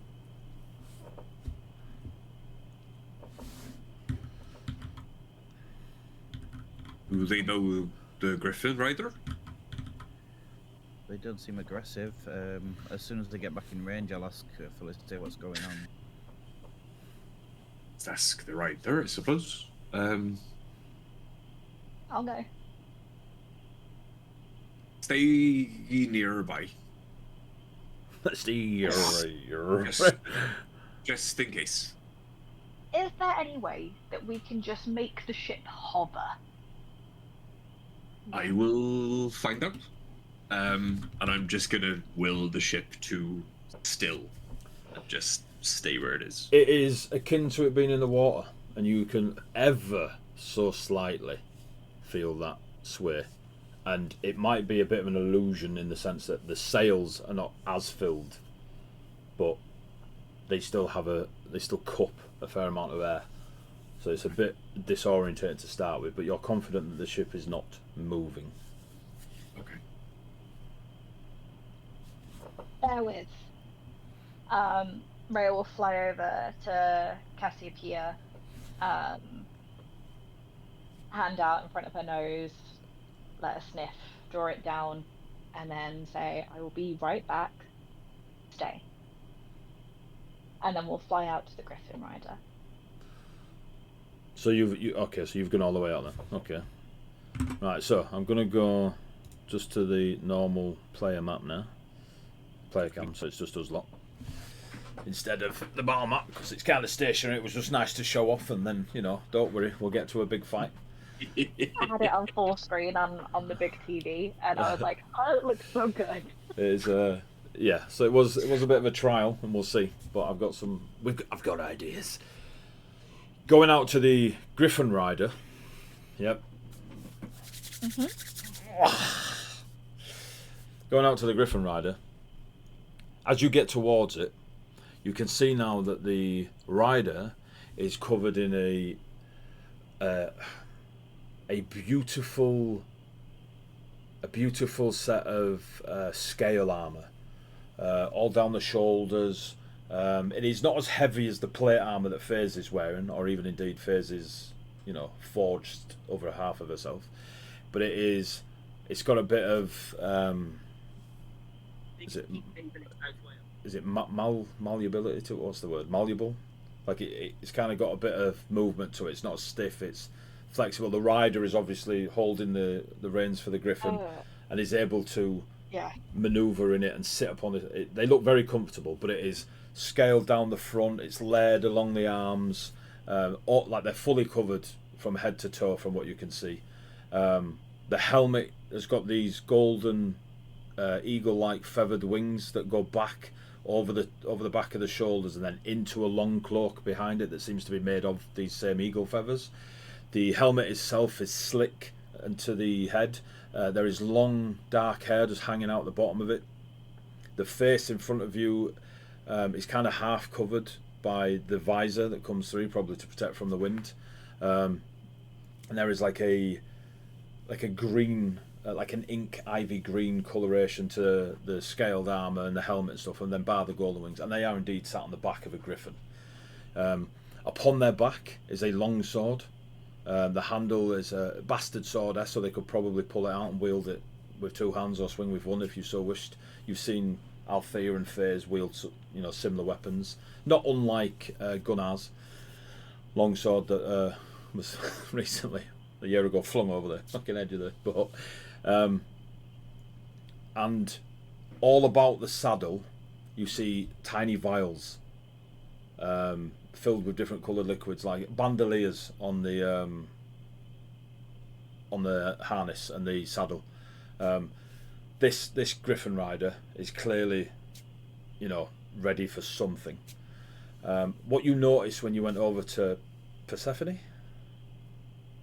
Cassiopeia? Who's Persephone? Underworld. There we go. The Persephone's Hades and Persephone, isn't it? Yeah. That's right. Yeah.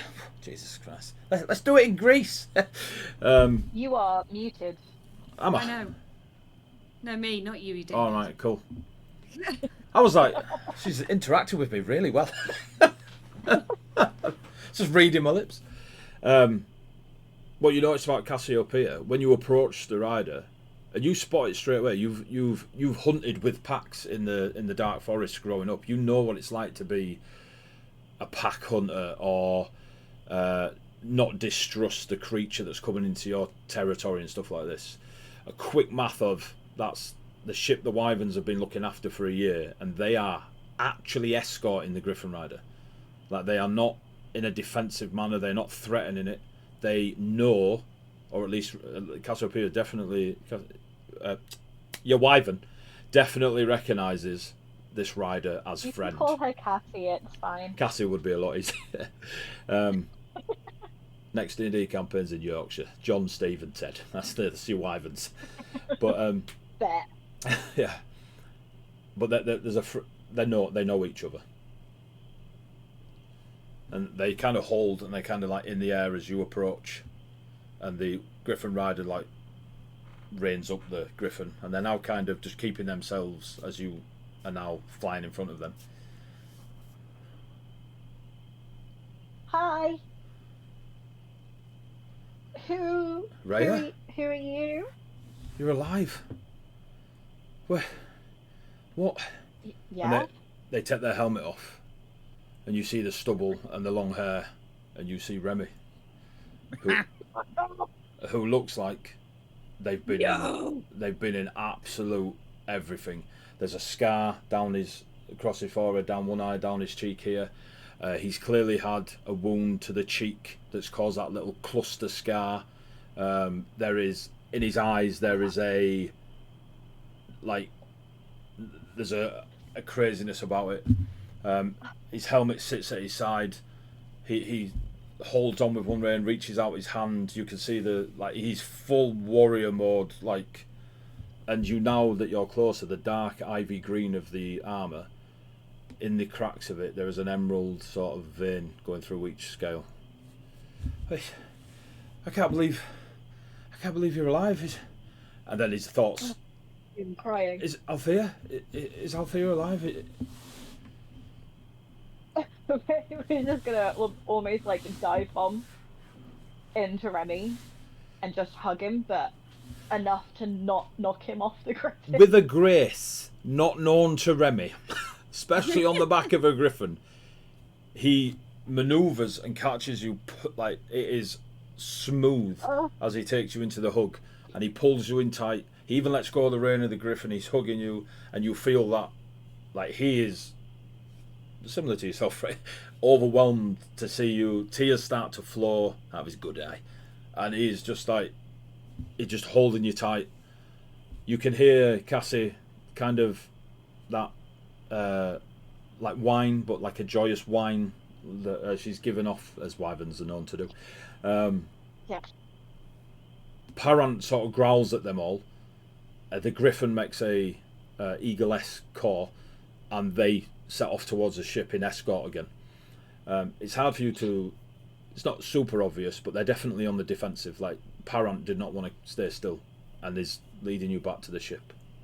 You have a couple of minutes with Remy before he gets to the ship with this lot. It's been so long. You haven't changed a bit. You look... You died. I didn't die. There's a lot to explain, but I didn't die. I didn't die, obviously. And he's holding your hand and touching his shoulder. I'm here.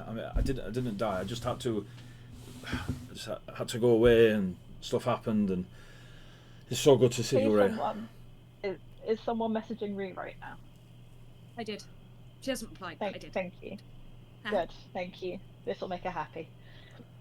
You're so old now, and she just kind of squishes his face. There is trying to feel the stubble punch into her hand, realizing that his head is weirdly a bit bigger than it was. Yeah. Like it's been on the old the old steads. Yeah. His head's Yeah. on his... It's amazing what you can do with potions. Hey, when someone is so in tune with nature, He's- as myself, He is you notice definitely small things on a passive perception of 18. he's definitely heavier than he was, but I mean it was Remy. Punch. Yeah, when he hugs you, it's a strong hug. Like there is a firmness The to best his type of presence. hug. Yeah, there is a firmness to his presence. So he's digging inside here, but he's Is he more just. ripped than Althea now? Well, you'll see, won't you, when they both strip off in the fanfic later on. No more fade to black for us. Yeah. That's what I've got Tail Spite for, so we can get the minis and go, yeah, yeah, yeah, like Ken and Barbie.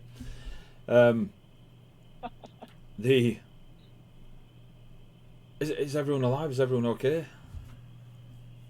Yeah. Well, no, but yes. Do you remember Vel? I remember Velt, yes, the our chronicler. Well, apparently Velt's story ended. We haven't spoken about it much, but it's very confusing. Wait, just as wait. When you say confusing. when you say ended, do you mean died or some stuff I don't understand? Because you can't die. You can't die. If you die, you can't come back. You can't die. Don't let anyone Also, die. Wait, what? You can't die. What do you mean you can't die? We can't bring anyone back. There's a lot. It's been a while. We need to sit down and we need to sit down. Yeah, Like just come. I mean, I suppose you don't have to hold on. You can fly, but he'll keep like they keep going. He's kind of concentrating now on the flying. Like there's an urgency to him, and he kicks the griffin into a bit of a As the wyverns now land on the ship, all around you, they part and almost honour guard the griffin as it kind of lands and kind of steps. That griffin steps perfectly as not to trip on clearly a ship that's got ropes and ladders and everything. There's time spent by these creatures on this ship. The warrior steps off. So to you lot, Remy would have put his helmet back on as he hit speed, G-force 12. As soon as Flick got in range, I would have been asking who it was. There's me and Bjorn sitting on the boat, like. When you ask Felicity who it is, she tells you it's the bringer of rain. Oh. It's nice. They land. This warrior, you don't remember Raya, especially. You don't remember him being this tall, Raya, as he steps off the. He walks now with the same grace that Althea does, that Bjorn does, that even Faze has. Etheria as well, the dance with the blades. There is definitely a warrior grace to this person. You lot are now obviously seeing what you see all the time when you train, when you take part in battle and such. You're seeing similarities, Raya, in what you know to be Remy. Remy's helmet comes off, gets put on the side, turns to you guys, ignores you all, and runs at Althea. And they just embrace. And you now see two Atorian warriors. Like, they are clearly built for the same function. We're until today's session now. I know. And Althea is probably going to punch Remy. Yep, Yeah. that seems very And valid. then cry. Yeah. I thought you were dead! Oh, There you go. Faze! Turns back, runs over, and is like, oh, and you can see this emerald green, ivy green scaled badass with a. So, yeah, and he dives on you. You notice now that the same bandolier he had on the saddle, Raya, of small vials, he now has them on his forearm, on his chest here. At first they look like the decorative parts, but you can now see that they are small vials of alchemical concoctions. Do any of them have labels on them? Not a fucking one of them. No. Man's been levelling up in fight aid, didn't Hey, Remy. Oh, you go first, Face. I was just going to say, weren't you dead an hour ago? 2 hours ago, let's be reasonable. It's been a year, maybe longer. There's a lot to talk about. He looks back at Althea and stuff like this. It's been 2 hours. No, come on. This is Fez. Use your brain. I'm not fucking with you. No. It's been 2 hours. But you've got to let that stuff go. You can't look at reality like that anymore. You've been travelling through the different realms. I was a dragon a year and a half ago. There is, he was a dwarf. You can't use that. Remy, I can't be having you be the voice of reason, mate. It's just not really an option for me. I've been living with 5 wyverns for a year. if Remy is the voice of reason, then I think we're all fucked. Felicity's a He great seems to know teacher. shit we don't. Well, we need to talk. We need to talk. And he starts moving around the ship like it's the back of his hand. Sorry, are you still a dragon? Sort of. I'll explain. I need something to eat and drink. I've been flying. Like Apollo will be tired. We need to just get him fed up and stuff. There's a lovely dining room or below deck. I think he knows that, Beyond. Thank you. You're right. You're right. Let's go below deck. He whistles, and the glyphs that you were at before light up, and the ship starts to move. You just all look Bjorn, at I him. think Remy might be the captain. I'll teach you. It's fine. It's fine. The Agassier kept notes. Like, let's just go sit and drink, and I'll explain everything. I love how angry you look right now. Like, what the fuck? Just turn it and whistle. You know what I mean? NPCs getting dragon potions. If only the players had had it in their hands. Look, Doctor, it's my fucking TARDIS, okay? Yeah. Fuck you and your whistle. The Wyverns and the Griffin Apollo will start manoeuvring themselves to areas that they can bring their wings in a little bit and then stretch them out a bit more and stuff. The ship itself seems to come about into like an autopilot mode. Remy is downstairs. He's moving cutlery around. He's working around the kitchen like it's his. And he starts to prepare just a smaller meal. By the time he's finished and laid out the drinks and such, it has become evening. It is dark as shit up here in the night sky. It's still thick clouds. It's gravy time. Thank you, Half-Lion. Gravy time. I forgot those notifications were on. Me too. We don't get them that often, so thank you. Unless Biggie's here.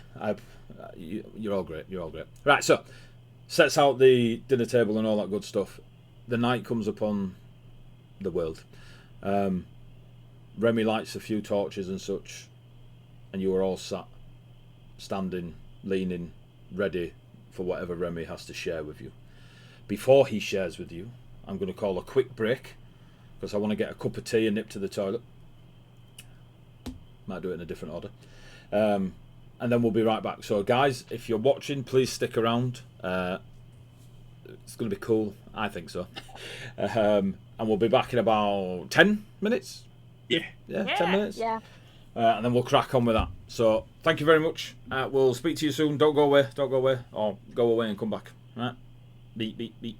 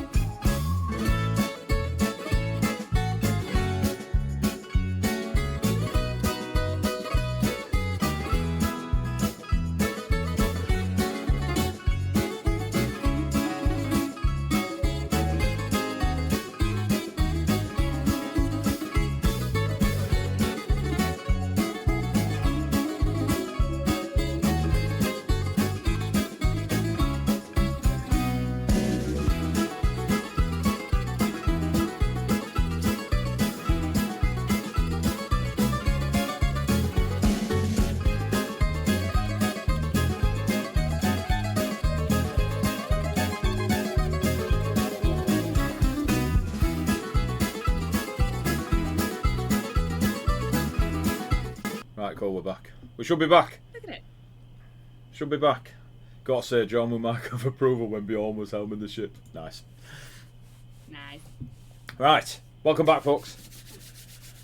Is the forest music still going through Yes. on the stream? That's pretty cool. Don't know. It's still coming through on Discord. Yeah. I've gone blurry. Okay, so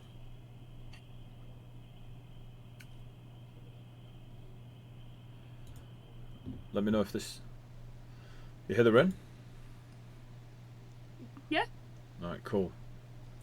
I'm just going to add something else. This might be too loud, so I might have to turn it on.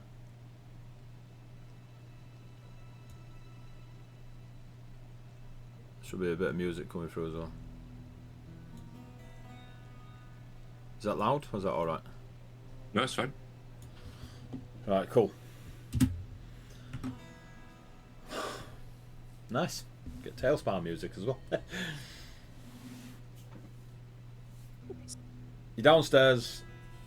You can hear the rain start to hit the deck above. You are reunited with, as Faze pointed out, it'd only been a couple of hours, but Remy is clearly not the same person, or doesn't appear to be. Still seems very Remy-esque in the way that they were bright-eyed and bushy-tailed to see you all, but the clumsiness is not there. The nervousness seems to be currently missing. Althea is still in a whirlwind of emotions from losing Remy, losing the sword,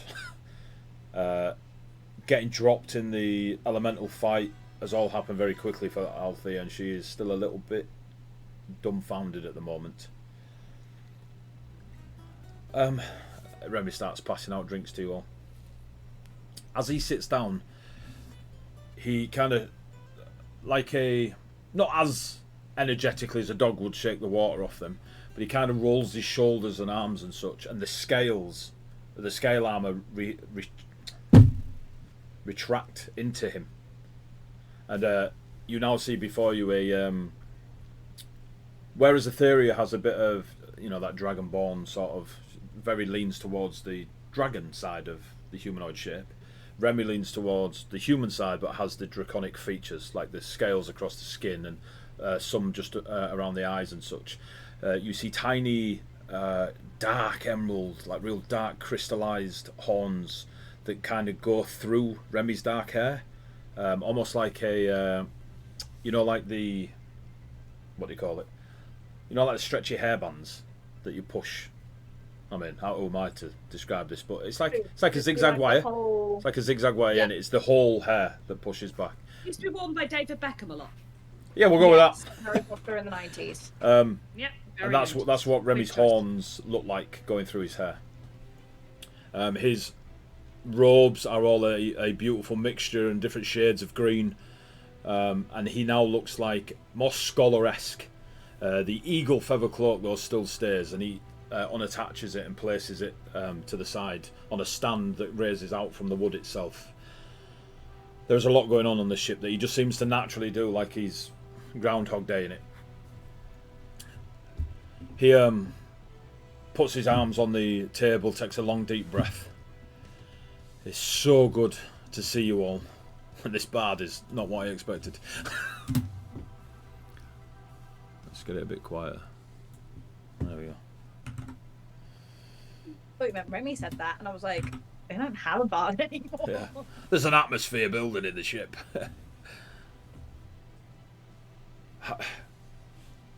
It's been so long. I can't believe you're all here. Can't believe you're here. Very much can't believe you're here. You were Rain. Althea was very stressed. I'm liking the new look. Oh, thank you, Tuscanda. You notice now that there is a, not henchness, but Remy's been looking after themselves, probably due to circumstance, having to fight with wyverns for whatever was attacking the ship. There's definitely over there. No, and then noticing that kind of pulls the robes a bit closer to them. Just a healthy diet from whatever the gang bring back. Just Jet points up. They're good hunters. I'm assuming you've mastered the shapeshifting? Yes, I can sort of mastered maybe, and then kind of like Wolverine claws their hands, like, and you see the draconic talons kind of come out, claws. I can do bits. Not yet managed to go full dragon again since, but working on it. There's a lot going on. I was more importantly though, none of you can die. Looks at Beyond. You said that. Why? Resurrection is, it's gone. There's so much. There was a group of people in Ravenholm, powerful heroes, they say, went against creatures of death, and there was a battle, and some of these creatures died, but this affected the way we live and the way we die, and I'm no bard, but the short version is, if you die, it's absolute. You're dead. You can't come back. The halls and the fields, and all those places we go when we die, that some would call paradise, they're still. And he leans forward now. His words are just falling over themselves. They're still there, but they're empty. There's no souls. There's no spirits. There's a place to go in the afterlife, but there's no way to get to it. When you die, you're dead. There was a story of a white lion that stood 20 feet above every other warrior, wielding a sword of shadow and, well, death, walking the realms of paradise, slaying as they went, and when whatever their blade touched was gone, never to be seen again. It's just stories in taverns and such, but there are younglings that don't make it at birth and they can't be brought back by the clerics. There are warriors falling in battle. The arenas, looks at Althea, the arenas are shutting down. No one dare stand on the sands because there's no return. There's no chance of seeing the ram horn on the other side. There's no chance of gracing battles again. It's devastating. Just kind of takes a deep breath. I think all of I us guess take a deep breath. It makes sense because the afterlives are a story. Hilarious. The afterlives are a story, right? They're a story told. I mean, they're real, but they're real and they're a story. They're both. I don't know. They exist, Fizz. The realms exist. People Yes. go there. Spirits, souls. There's even a realm for the. Looks at the scales on his back of his hand. There's a realm for the dragons. There's so many layered upon layers of, all connected with the material realm. It is tipped.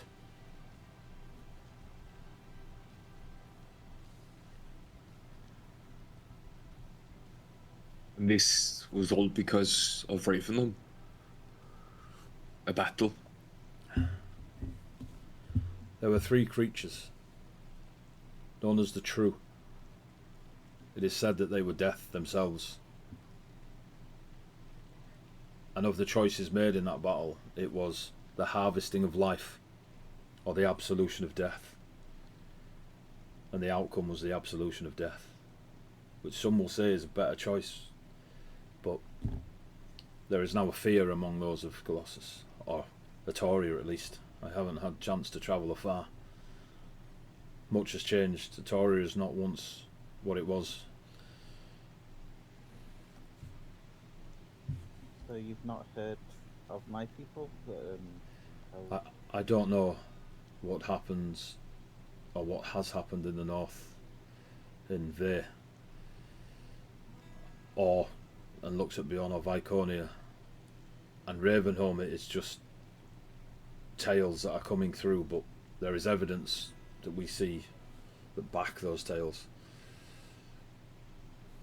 Where Have you heard from Ectelia? Ectelio is missing.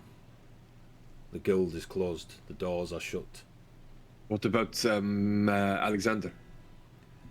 He is looking. He is. There is a small group of. They're not even calling themselves bards anymore. Their songs are nothing, just empty noise. But they are. Alexander leads them. They're a small group, but it is. There is a gathering of people, a group of peoples that carry the banner of. Looks about and drops her head a little bit, and then at Althea. They carry a banner of a sleeping mountain.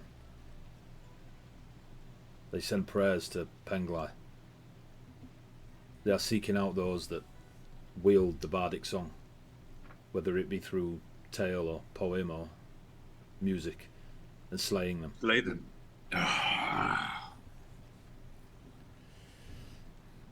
So they need to be stopped.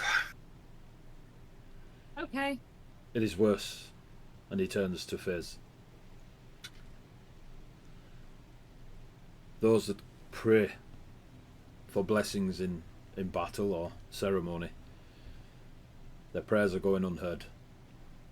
There is a fear that the 12 of Atoria are also are in their epilogue, their last pages.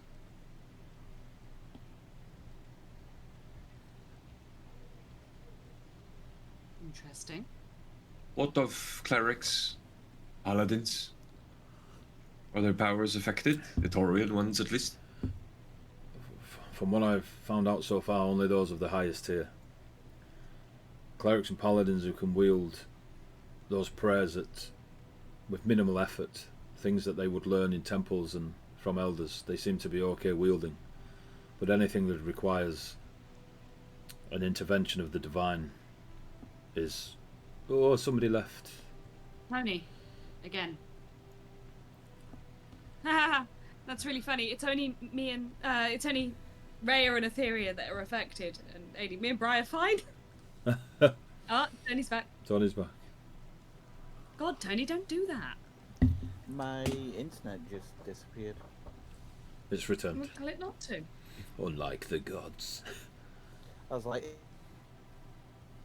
Yeah, that's exactly what you were like. So, definitely, yeah. Mm-hmm. definitely. Yeah, that right there is what you were. I'd say it's died again.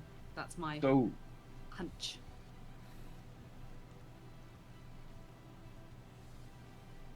you only know of the rumors that the 12 have gone? Yes. You do not know about the other... Beyond Etoria, my information is minimal.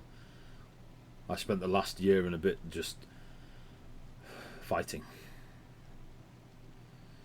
Who were you Well, we fighting? can see Who that. harmed our wyverns? Flick said they were in black and purple. Do you know who they are? I am working on who they are, but they are incredibly aggressive. There is no talking. They dress akin to gestures towards Fizz. The fashion of Ravenholm, their armour, their clothing. They ride creatures of shadow and come with wolves. Wolves. Oh. The most devious bastard. Fucking Everdark. Everdark's been behind us all from the beginning. Can we just go to Ravenholm and kill him?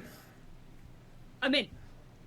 Oh, except that I don't actually think we can kill him. I think he's probably stronger than we are. Just so you are aware. Not I many agree. people are stronger than having a ship dropped on their head. Just saying. We've just got the ship.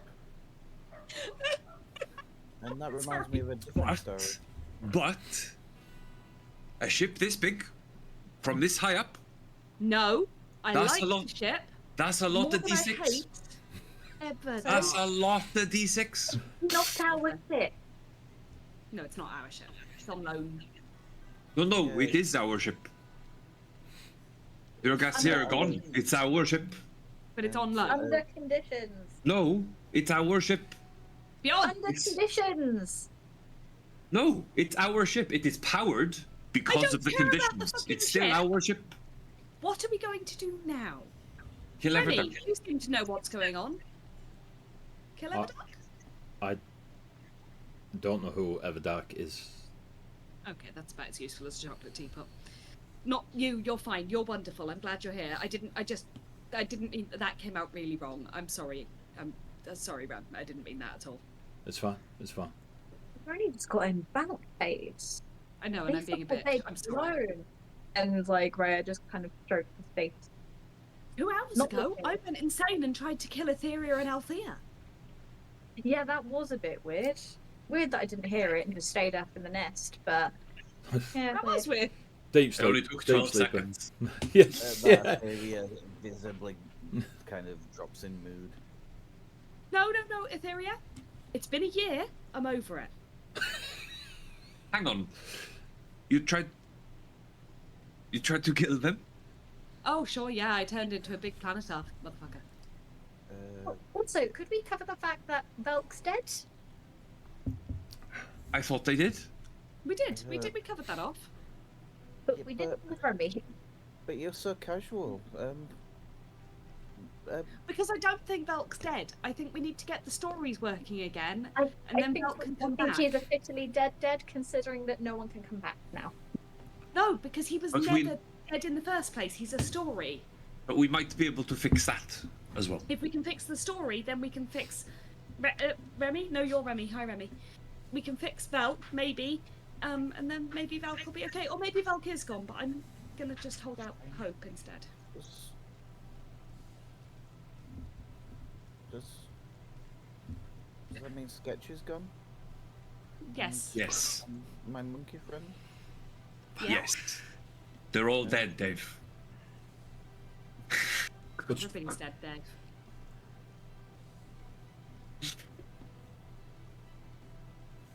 How long ago did the not coming back to life thing happen, Remy? Like, how long had we been gone? It was, well, a year and a few months. So it wasn't long after you left that the battle happened.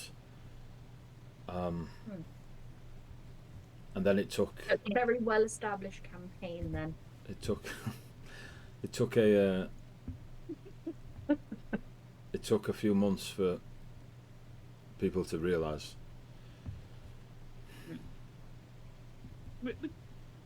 I mean, I think we do have to go to Ravenholm and investigate the source of all this shit and all the shit. Yeah, that sounds like Yeah. English. All of this seems to get.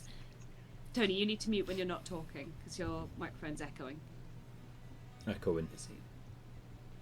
Yeah, echoing. I'm ambitious to Echoing. talk. I was about to talk. That's right.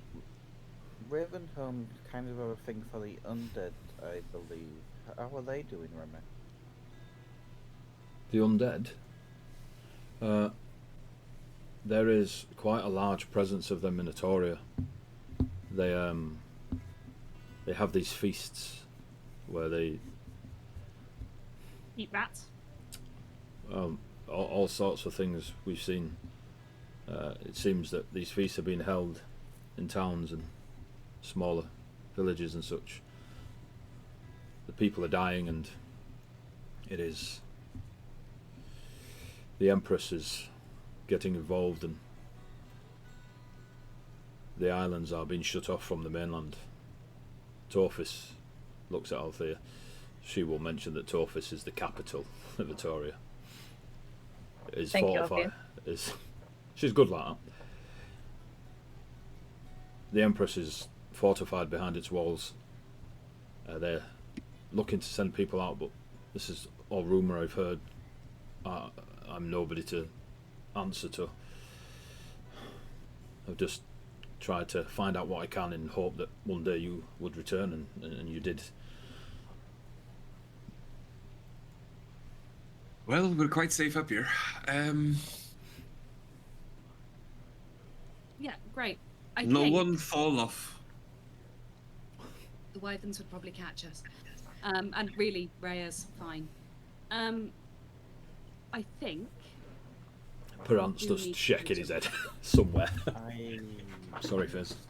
we need to go to Ravenholm. Bet there's loads of relics there.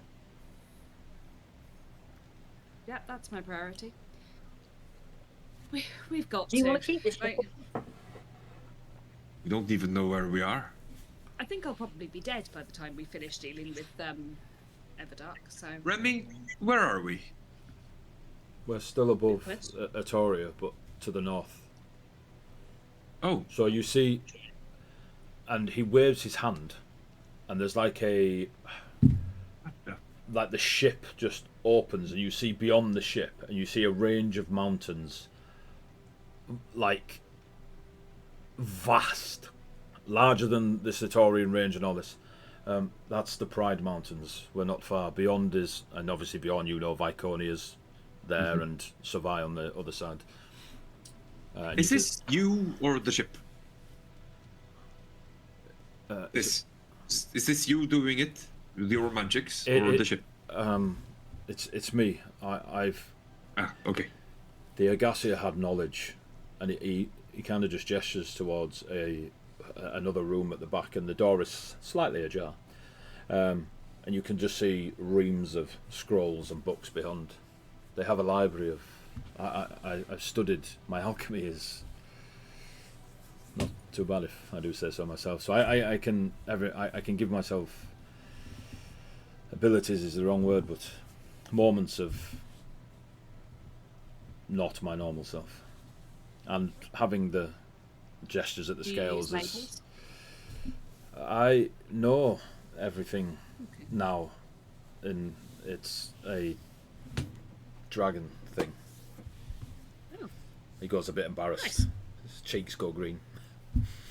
Hey, being a dragon thing is awesome, Remy. yeah.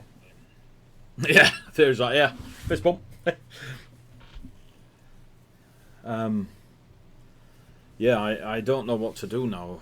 Now you're here. I didn't really plan beyond this, but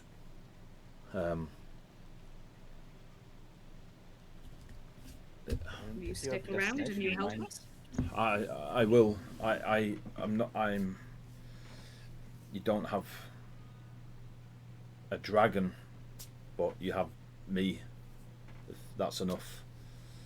Althea flips a coin. That's way cooler than a dragon. We've got Remy back. That's awesome. And also, you're a little column A, little column B, right? Yeah, you're like a. There is a remaining edge, but the dragon is no longer me. Well, the fact that you can still turn into bits of dragon does imply that there is some measure of dragon within you. Anyway, that's not the point. We don't care whether you're a dragon or whether you're a Remy. It's just nice that you're here. It's so good to see you all.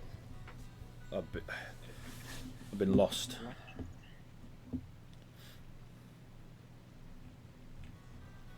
I'm really sorry it took so long. It's fine. It's fine. I'm just happy to see you all. From our perspective, it really was only a couple of hours. I know I we understand. wouldn't have left for so long had we known. I understand that it's magic. What can we do? I know, but the thing is, Remy, if we hadn't gone after Bjorn, Bry would have missed a lot of sessions. Because it would have been a year of us playing the game, and he'd have had no idea what was happening while he was alone in the air, whatever. You know? We'd have done Wednesday sessions beyond. Don't worry about it. NPC, mate. NPC. Yeah. Just give me a stat block. I mean, You can play Wolf Bearer. cool. Nice. So Thank where you for to? looking after the wyverns, Remy. Sorry, Etheria. Thank you for looking after the wyverns. It is. for- They looked after me, Etheria. I owe them my life multiple times.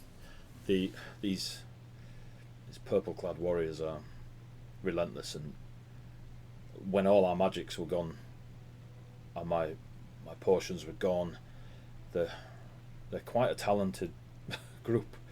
They didn't back down. It was tooth and claw and sword.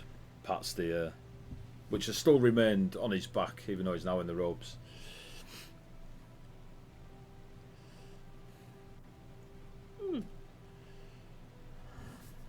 Well, this has been a very weird day. So, who wants to go to Ravenholm? What about Victoria? And If we don't deal with Everdark, I don't think Atoria is going to get fixed. I think it's all coming from him, unless he's in Atoria, in which case we need to go to him. I don't possess the means to. Well, what I'm thinking is, to save Atoria, we have to deal with him, right? But- Am I losing the plot completely here?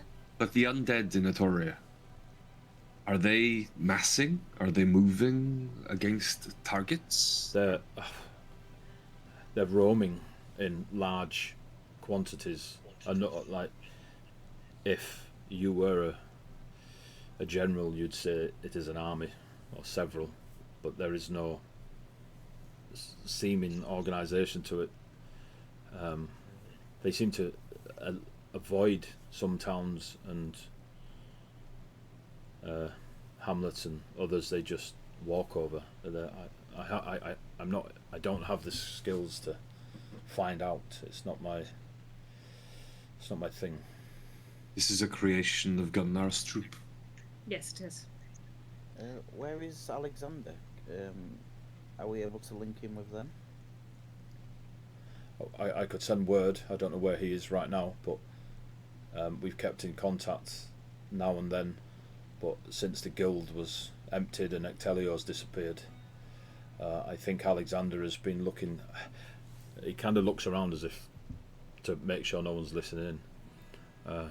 Alexander has a one of the Fae with them of the illuminated valley. I think Alexander has been travelling between to hide from, well, whatever is this strange cult of Penglai. They're led by a large dwarf, well, a dwarf but large. I think they call Glutonius. themselves Glutonius, yes. And then looks at Althea. Raphaeon stands at Glutonius' side. Althea is Okay. clearly like, look at that red mist. Remy, with your research, do you have a destination in mind that you are going to before we go look at Ravenholm and Here, anywhere else? this is my destination. When the wyverns have given me clear they're okay, I've gone back to land. I've listened in. I can use my potions to sometimes change my appearance or remain out of sight, and I've listened and watched, but it's sporadic research. It's only what I found and heard. My only plan has been hope that you return. There's nobody to pray to, no one to inspire me with song. It was the wyverns. They once Felicity spoke to me, we became our own party of heroes. Face. Hang on. Right. We can't necessarily face Everdark straight away anyway. He's really strong. I was going to say, Face, if we go to Ravenholm, it's probably very dangerous. I think our closest ally would perhaps be the Empress of Vitoria, or at least Alexander. Those Perhaps two are we very can similar, very recruit. much on a par. Perhaps we could recruit allies here. Recruit Where's Mikey allies here and to- also deal with Gluttonius, I was going to say. Yes. Also, she's the Empress of an entire nation. If anyone has spies and more up-to-date information about what is going on in the world, it's probably going to be her. Or Alexander. Or Alexander. I have a great deal of respect for Alexander. He is a bit of a beast. I do hope... Oh, Remy. He's still alive. This is very important. He's still alive. Is Leonidas I with know what you were Alexander? going to ask. He's still alive. I'm guessing let's. He's with Alexander.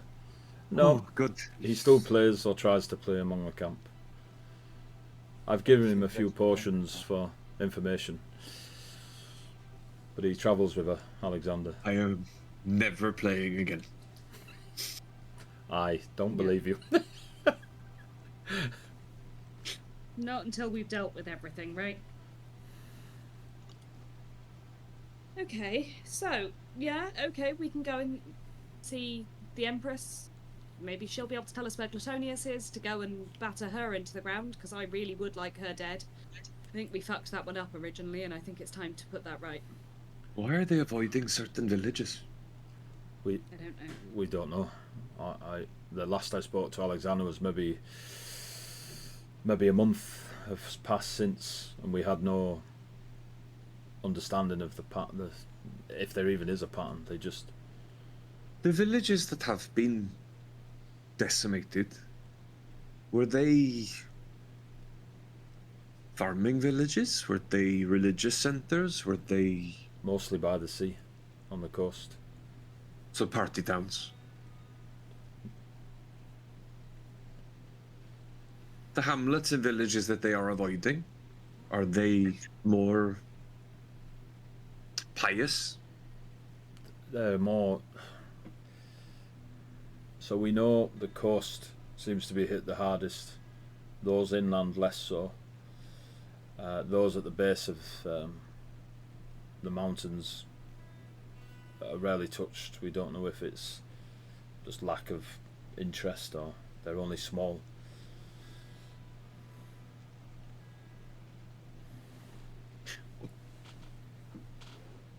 Well, either way, we're still gonna have to. But look, again, let's go and gather some information. From everyone. I've shared a lot, but there is more to share if you wish to know. Sorry, Remy.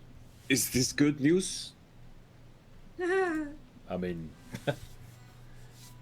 Colossus. Yeah, okay. hey, he's learning. Looks at Althea. Those that defend the western borders of Vitoria do so against a chaotic realm of fair creatures that have loyalty to none of the fair realms. That is our Vitorian history that we are taught as children. The fair creatures are no longer attacking, but the warriors on the west are no longer defending. It's a stalemate of misery and sorrow. People are avoiding it, thinking there is a disease or of some sort that is affecting the minds of both sides. Yes, I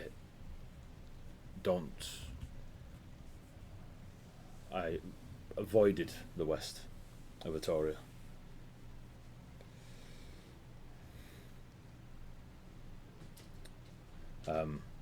The looks at Raya now. Looks at Raya now. I don't know how much it means to you, but the Copper Forest, the realm of the Autumn Fae, is no more. It was destroyed during this well, whatever has happened in Ravenholm. You see, like, you know, the feathers on like interwoven into her hair and stuff like that, and her wings just instantly droop. Her eyes go like a watery blue. And Ray will just stand up, say, please excuse me for a moment, and then she'll go onto the deck and fly up to the crow's nest.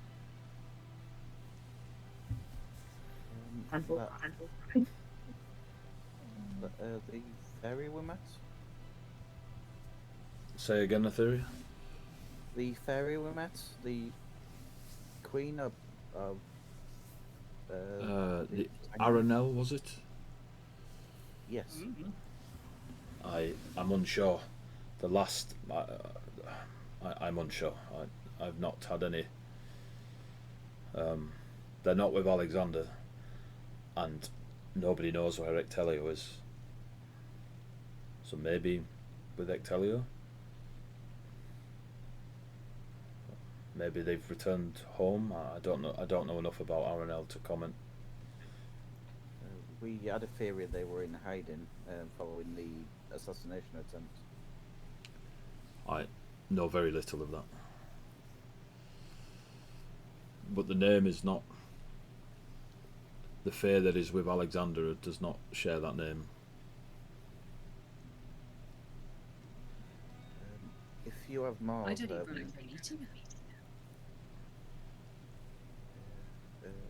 yeah, if you have more, I think we need to listen, but I really need sleep. We can rest. You know, your rooms at the Argasia, you can... They will appear as you need them to appear. The ship is a marvel of... Which one is yours? I've never I don't have a room. Yeah, one of us. One You of should them is definitely yours. have a room. Oh, give me a moment.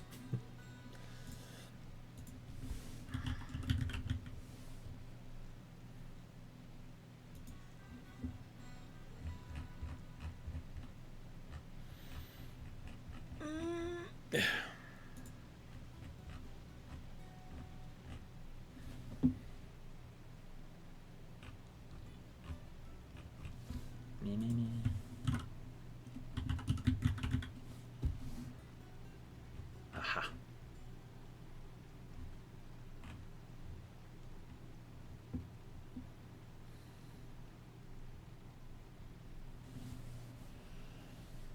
The only room I've ever stayed in is Amanthian's. That is yours? Yeah, do with it what you want. It's our ship now. Yep. It's as much your ship as it is ours. You've been here a lot longer than we have. Because we decided to go gallivanting off elsewhere for a few months. Okay. I shall lay my head there. I've been looking... When the Wyverns have needed rest, they've just kind of got it where they can on the deck, but there is much opportunity and possibility on this ship. It is only resource that would hold us back. And I think we could make them a home here as well. Yes, that is something I was going to prioritise. We have not flown the ship far. We made it over the mountains, and to hit below us is maybe Bronze Falls would be the closest town. A few others. Heroes Rome is to the west. The Pride Mountains. We can get there anywhere quick. The Towan Highlands are to the east before you hit the rest of the coast. But You should send the message to Alexander, as you said you could. taps a silver potion on the bandolier. And I think we should make our way to the capital. Unless We Alexander dropped, says something else. Unless Alexander has a better idea, yes. Should we drop into Bronze Falls or something just to get the lay of the land, kind of? Or Not unless just we want make to our deal way? with a huge horde of undead. Bronze Falls is currently untouched by the undead because it is the most religiously connected town in Atoria. You can worship any deity across the world here. But it is a shell of its former self. Have you by any chance seen a dwarf wearing a Althea wig anywhere? Do you lot remember Bronze Falls? Vaguely. Is that where we're looking at? Yeah. I was about to say Theory will definitely go. "Ah." It's also where I shaved Althea. Yeah. Left her with nothing but a single hair. The Althea Homer wig Simpson. maker. Yeah. Have you heard anything of that dwarf, Remy? Premi's like, fucking what? It was these. I don't mean to accuse, but these warriors from Ravenholm have kind of kept us busy, and then this cult of Penglai, calling themselves the Last Page or something stupid, have kind of kept The my last time. page. Those that follow Penglai, they refer to themselves as the Last Page. Well, we defeated the Avatar. I hope that slowed them down. I assume it's connected. That was over a year ago. The ramifications across like the mountains split. Like people talked of the mountains moving, but I think it was maybe a powerful repercussion from what we did. Mention of the last page, AD. Yep. Bjorn's going to look very confused. Or, Nope. well, Bjorn is going to put Shocked. on what he thinks is a thoughtful face, but he's going to look really confused. Like he's shit himself. And is going to take Belk's book out of his pouch again and turn to the last page of the book. It's missing, as if torn out. Well, you're right, Bjorn. You look like your brain's broken. The mention of the last page got me thinking, so I looked at what is obviously now a much more magical tome than Velk told us. And the last page has been torn out, is missing. I do not know why, but I feel certain this is connected somehow. But what does it mean? What does any of it mean? I'm not built for this. If only somebody knew. Yeah, well, Just decided tell to me go do their to- job or whatever. Tell me who to slice, and I'm good. But I'm gonna go find my room, I think. Thank you, Captain Remy. And Etheria wanders out. Remy looks just as confused. Same face that Bjorn had on a moment ago. Well, Captain Remy makes sense to me, Captain Remy. I'm just looking at Bjorn with like this face. Bjorn's twitching. Remy nudges Althea. I'm not a captain. Okay. Althea Remy has agrees. changed. Is your Remy, it's nice to see that you're the same person underneath all of the new muscles. just again does his thank you.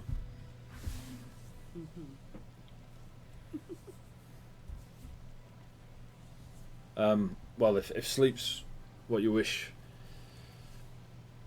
good. I'll go speak to. Well, I'll make sure Apollo's okay, and then send a message to Alexander. Thank you. I really appreciate it. That's a useful skill to have. Sounds like you've got a lot of useful skills, Remy. Just gestures at the vials that are kind of tucked here and there. I cheat. Just Doesn't make them not useful. anything specific other than just request a meeting or have a few words. Request a meeting, ask if there's anything urgent we need to know. and apologise for our absence. Maybe if you can fit all of that in, I'll be impressed. I think you've got about 25 words for some reason. I can only get 20. I can't quite get the last 5 in the potion. I'm still working on it. That's hilarious.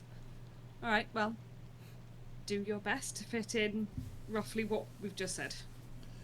Just turns to all. His eyes lay on every one of you, but that's left. Gets to Althea. It's just a sort of... There's just a smile that Althea's not immediately ready to investigate yet. Give it 2 weeks. And he goes upstairs onto the deck to deal with Apollo. Rhea, you're up at the crow's nest, yeah? Yeah. You see Remy out on the deck. He's walking amongst the wyverns and this griffin in a very, very what's the word? Comfortable way. Like the connection you have with the creatures of the dark forests that you spent your youth in, and they kind of, you respect them, they respect you, but you feel you're definitely the bigger honcho even. Honcho. There's a quality between Remy, the griffin, and the wyverns. He stands before Perant, and they seem to have a silent conversation where Perant nods their head, and then the wyverns go about making themselves comfortable. Remy drinks a small portion with you got keen eyes, silvery liquid in it, and then kind of sits resting comfortably. Pulls off the bastard sword off his back. Now you see the sheath that it's in, whereas before it was beneath the armour and robes kind of hidden, and the eagle cloak.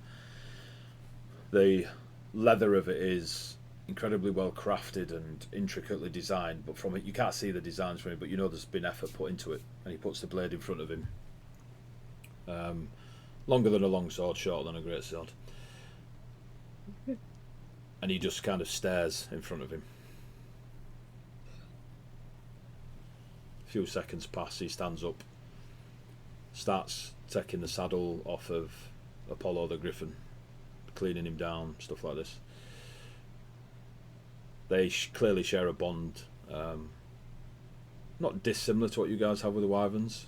He's had a bit more time with the Griffin. And then he goes back beneath the deck. What are the rest of you doing whilst Remy goes to bed? I would like to make my way up to the deck, like so where I can sit, like looking out over the air. I was going to say over the sea, but you can't. Well, you're definitely over the sea. I was going to go to the deck as well. Okay. I'll go with Face. What's that? Yeah. I mean, what? Face? Yeah. You're looking for a good view? The stars and clouds? The Stern Castle is probably the highest point, unless you want to go into the crow's nest. Definitely not. Definitely too high. Too many clouds today. Not really a big fan of standing up in the air. Actually, frankly, this is a bit much for me. But, you know, it's pretty. I see if I can talk to the Red Lady. That's going to be an interesting experience. Because I think... What do you do when you think your god might actually be partially on the side of the person that you're fighting against? Or who's causing all this shit? Like, what do you do under those circumstances? Right? Because she's Everdark's patron. She's also mine, or at least I think she is. But she's mine. But Everdark has stripped her realm of souls. Sure. Was that on her command? I don't know. Do you believe it might be? I don't know. She hasn't ever said she's out and out against what Everdark's doing. Gods aren't... You talk to Costo. You know, they're not exactly... It's not like saying, hey, what you doing, boss? It's more, hey, could you explain your great cosmic plan? And they go, no. And you go, all right then. Cool. I'm really sorry to do this to you at this point while you're having a bit of a crisis of faith, but... We're not having a crisis of faith. This is about actually standard. Costa's pretty black and white. Oh, sod off, Bjorn. Who do you? What The- would you like me to do, Costo? Vengeance. Good. Excellent. I will. Do you want? I will sort off though. I'm going to go and stand at the wheel. I do not require sleep, so I will keep a lookout, I guess. I'll come and tell you what she says if you're interested. Unless she tells me not to, in which case I won't, because she's my god and that'd be weird. She probably won't. I'll come and tell you what she says, probably. I mean, If anything. there's space up by the wheel. Well, yes, but I'm going to sit here. And I just Okay. sit down on the floor. Okay. And I'll go up and Quick, take pull the the wheel. pigtails. Pull the pigtails. I go, as he walks off, I go, was I this awkward when I was completely human? What is this? What is wrong with me?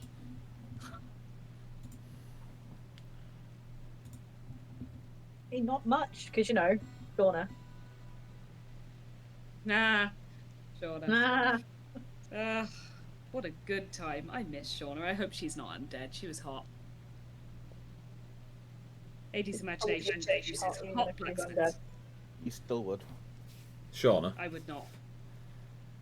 Yeah. You ticked all her boxes. She was admiring your fleshy bits and the workmanship of the other arm. Yeah. It's important. So, what are you doing, Fizz? So, I'm going to sit down on the ground and sort of fix my eyes on a point on the horizon and go, so, this is going to be a slightly weird prayer, but I know it's been about a year since we've spoken. Although, I don't know if time passes for you like that, so maybe not. I don't really know. It seems like a lot of things are happening, and Everdark appears to be at the centre of it. What do you want me to do here? Do you want me to deal with Everdark? I don't think I can step aside and just let him do what he's doing. Religion check. Oh yeah, that. I know how to do a religion check. I have a religion. I haven't even got D&D Beyond open anymore. Can we just hold that thought for a second? It's not actually been a year for. I mean, it's not far off, but it's not actually been a year. 22, and it's on D&D Beyond. 22. Okay. Digital dice always fail for me. I'm very excited about this. It never goes well. You can only hear the rain.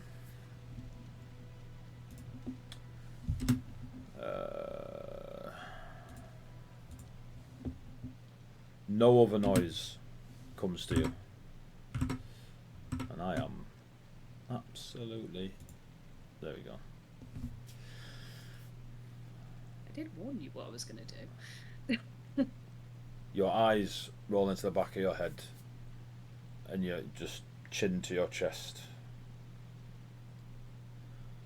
The first hints of memory come as fragmented flashes in your mind. There is a dark corridor lined with faintly glowing runes that you can't quite read. There's a shadow crossing the floor with a slow, deliberate step. In the deep quiet of this night, there's a scent of copper, thick and sickening. It seems to linger in the air. As a hazy memory blurs with the present of the ship. You slip deeper into the memory, and a weight presses on your chest. Your heartbeat echoes louder and louder, each beat whispering the words you long forced yourself to forget. You recall standing, frozen, in a dim red glow that seeps from the very stones of the temple floor. Shadows dance along the walls as the faintest strains of a haunting melody drift through the corridors, a song of power, ancient and malignant. A chant fills your mind, words heavy with an unnatural cadence. You remember hearing it then, feeling it even, before you understood it. Pulls you deeper into the moment. The melody is twisted with intent, drawing your gaze to the twisted form of Everdark's shadowed figure. His presence casting a gloom that feels like a permanent stain on your spirit. And with a shuddering realization, your mind recoils. The wall you built splinters slightly, but not fully. The pain is real, still separated from the fullness of it, as if your own mind is still shielding you from what waits on the other side. As the memory begins to fade, you're left with the knowledge of a dark promise that the past has returned, and that the wolf is in the shadows. And as you try to recoil from it, you see a very simple, almost like the first attempt at a temple building in Ravenholm. Very, very average compared to the Gothic spires you're used to seeing. Almost like a stone hut, but you know it to be a dedication to the Red Lady. There isn't the busyness of Ravenholm around this hut. Even the small hamlets of Ravenholm amongst the forests still hold a clamour of energy. But here it is quiet. Sporadic are other buildings on the edge of your vision. You feel yourself approaching the temple, this small stone hut. It's confusing as to whether you're approaching it or it's coming to you. You step through the doorway. There's a handsome young man. Their hair, dark as most Ravenholm is, but you can see the edges of silver coming into it. They are walking with a confident arrogance of youth. They are not of this world. The realm that hangs to them, almost like the clothing they wear, reminds you of Rhea. And when she first came to you, and that aura of, not the aura of night and shadows and darkness, not evil. It's just a word that gets associated. But there is something natural and raw about this gentleman before you. And stood before him is a woman. Milk pale skin, long beautiful red hair. And they stand, and there is clearly a conversation going on of obvious flirtation. The laughs and giggles they share are fake, but filled with joy. You see a wolf pup at the feet of the gentleman, scrambling and falling over in between, around his legs. The woman picks the wolf up and is stroking it. Is a pup, a young wolf in her arms. The gentleman turns and is gesturing to the temple, as if claiming it a gift, a great gift, and gesturing towards this woman with the red hair. He drops to a knee, holds out his hand, and speaks words that you cannot hear. The woman with the red hair takes the wolf pup and slowly tears it in half. If not for the silence of this scene, you don't wish to imagine the noise it would make. And as the blood drips down on this gentleman with his, what you would have first assumed to be some sort of proposal, there is more blood that flows from this now dead wolf pup than it should be able to hold. Seconds pass. That dark promise that you felt of a past returned is not your past, it is another's. Covered now in blood of this wolf, this gentleman rises, confident, blessed, knighted, gifted, the answer they were looking for given. All of these feelings of the moment rush through you. The woman with the red hair just casts aside the corpse and a half of the wolf pup. She then steps forward and embraces this now bloodied gentleman, and they share a kiss. She steps away, blood all over her mouth and cheeks. She turns towards you, just smiles, just offers her hand out, and you see stood next to her this tall, drenched in blood representation of what you now see reminds you of the imagery you'd seen of Lord Everdark around Ravenholm, but a very younger version of them. He stands hands behind back, broad-shouldered, tall, proud, with his lady in red offering her hand towards you. Still no sound but the rain. What do you do?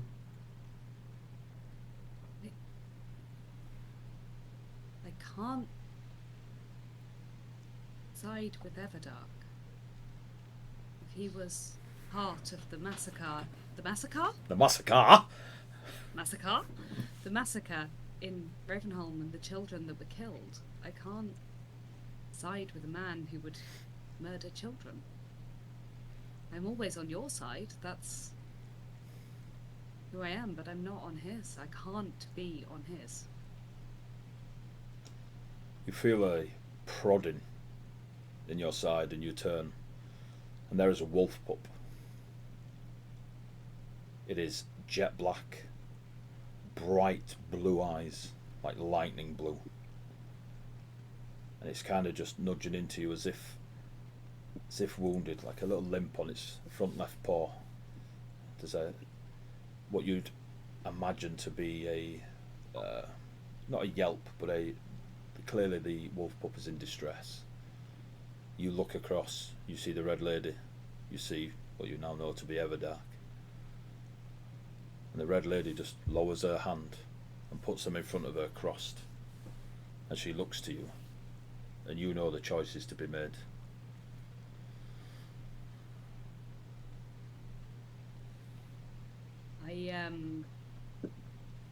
I pick up the wolf pup. If I can. It allows itself to be picked up. And I will cast Cure Wounds at first level. As soon as you cast it, Bjorn, give me a charisma save followed by a dexterity save. Oh, yeah, okay. Charisma save. Yep. Should be good at these. 22. You are not banished. Dexterity save. Sorry. 7. Fuck me, Bjorn. That was. So, you cast Cure Wounds. There is a pain that shoots down. Do you cast with your soul forged hand or your human hand? You know what I mean? Fleshy hand. My flesh hand. Human hand. Human hand. Yeah. You feel a shooting pain run up your hand, like intense cramp. Magic leaves your hand. You've done this many times in your career as a cleric. It reminds you of when you were a life cleric, before the domains of war took hold of your prayers. And the wolf no longer limps, but you are violently ejected from this prayer. And as you launch yourself back, the wolf leaps towards you, and as it leaps towards you, it ages rapidly. So as your back hits the deck of the ship, there is a huge, almost shadow engulfed black wolf, adult size, dire size wolf, jaws snapping at your throat. You come out of the prayer, reality hits you, the rain pouring down on you. You look up to see where this wolf is. Bjorn, as all in this like same time sort of moment. You kind of hit the air's push from your lungs. You scrabble to do something to stop this, what you saw a wolf coming towards you, as you see a Viconian just launch past you, and the most heroic fall you've ever seen. try to tackle the giant black wolf, and what actually happens is Bjorn goes straight through this, because it is shadow, straight through this wolf, hits the mast of the ship nearby, takes 3 points of bludgeoning damage. You've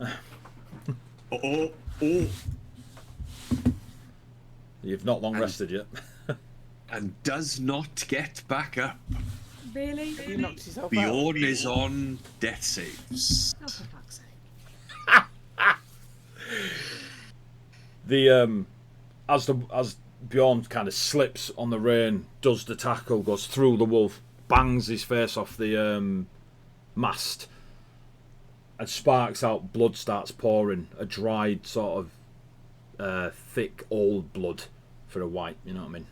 And is now, you see immediately dying on the wood in front of you, the shadow wolf right in front of you. Rhea, you see this, look down. Can Rhea, Faze, Bjorn give me initiatives, please?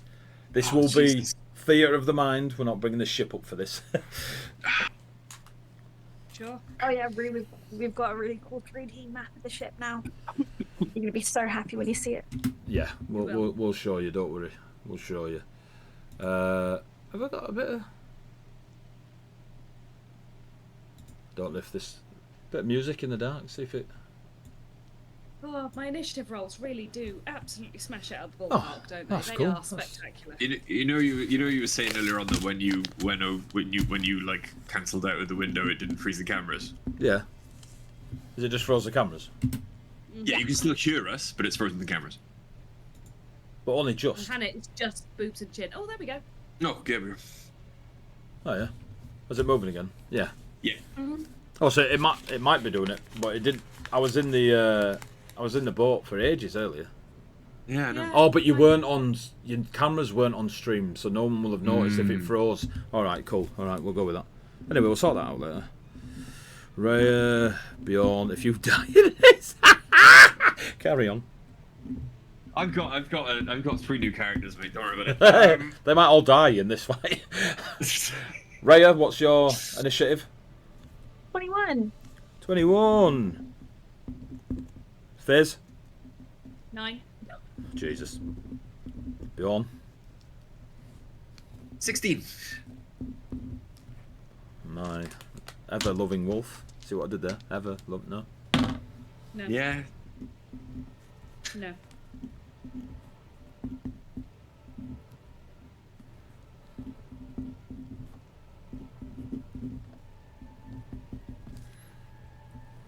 Right.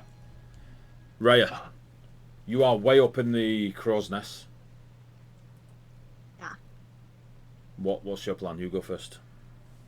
I am going to 6th level summon elemental. Jesus fucking Christ. That's what you did against the frost giant fight. You summoned the earth elemental. No. No, I didn't. Somebody summoned. No. Or was it the Guardian? It was the Guardian, and we used an earth elemental token for it. There you go.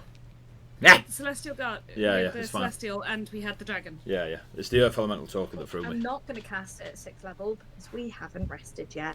So Oh, I'm that's gonna a cast it shame. at 5th instead. That's a shame. Can you cast it at 5th? Yeah. Yeah. Cool. Saying that I can. So Oh, I'm going just. You can. It just has slightly less. Just checking. Hit power. So you have the stats for that, yeah? Because that. Yeah. Yes, I can. And we will make it a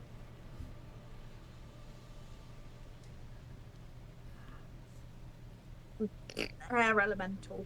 All right, cool. Air element goes on yours, yeah. Don't know if that makes a difference, but You'll soon find out. Goes on yours, yeah. Makes sense. yeah. Yeah, it goes. Let me double check. It goes on yours. Yeah, that's fine. So you summoned it. Uh, What does it do? All forms of an elemental spirit manifests in an unoccupied space you can see within range. The corporeal form uses an elemental spirit that blah blah blah blah. The creature is an ally to you and your companions in combat. This creature shares your initiative count, takes turn immediately after yours. It obeys verbal commands. If you don't issue any, it just takes dodge action and moves. So what are you doing? Etheria, give me initiative as well. What are you winning? I am going to make a slam attack.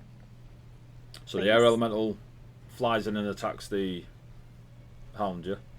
The wolf. Yeah. Okay. Yeah.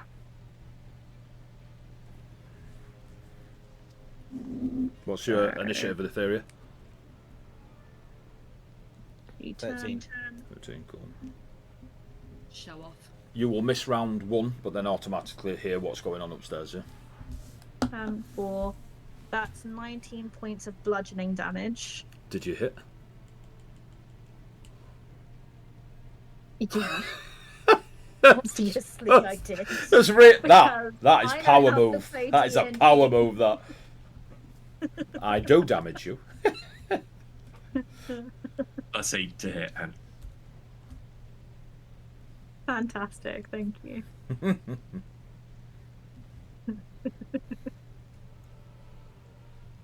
It's a 60.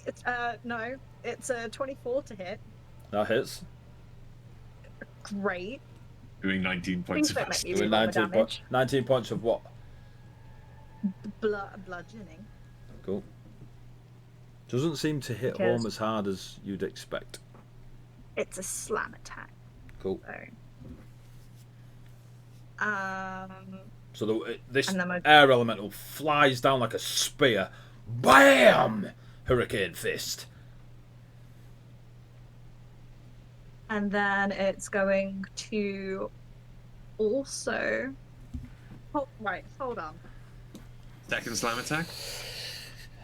Yeah, because I can multi-attack. The elemental makes a number of attacks equal to half of its spell's level So rounded two, down. 2 for you at the Oh, minute. 2. Okay, because- that's yeah. fine.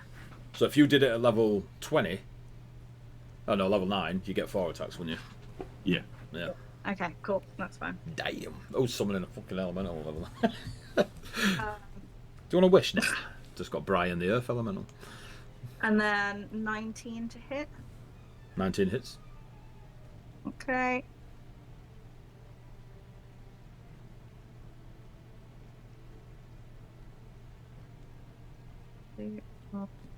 And then another 11 points of bludgeoning damage. Again, doesn't feel like it hits as much as what you would do on a mortal creature.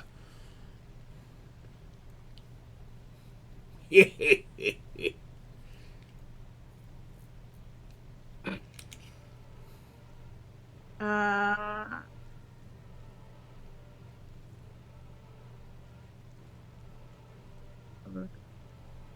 I think you're done. I'm pretty sure I'm done.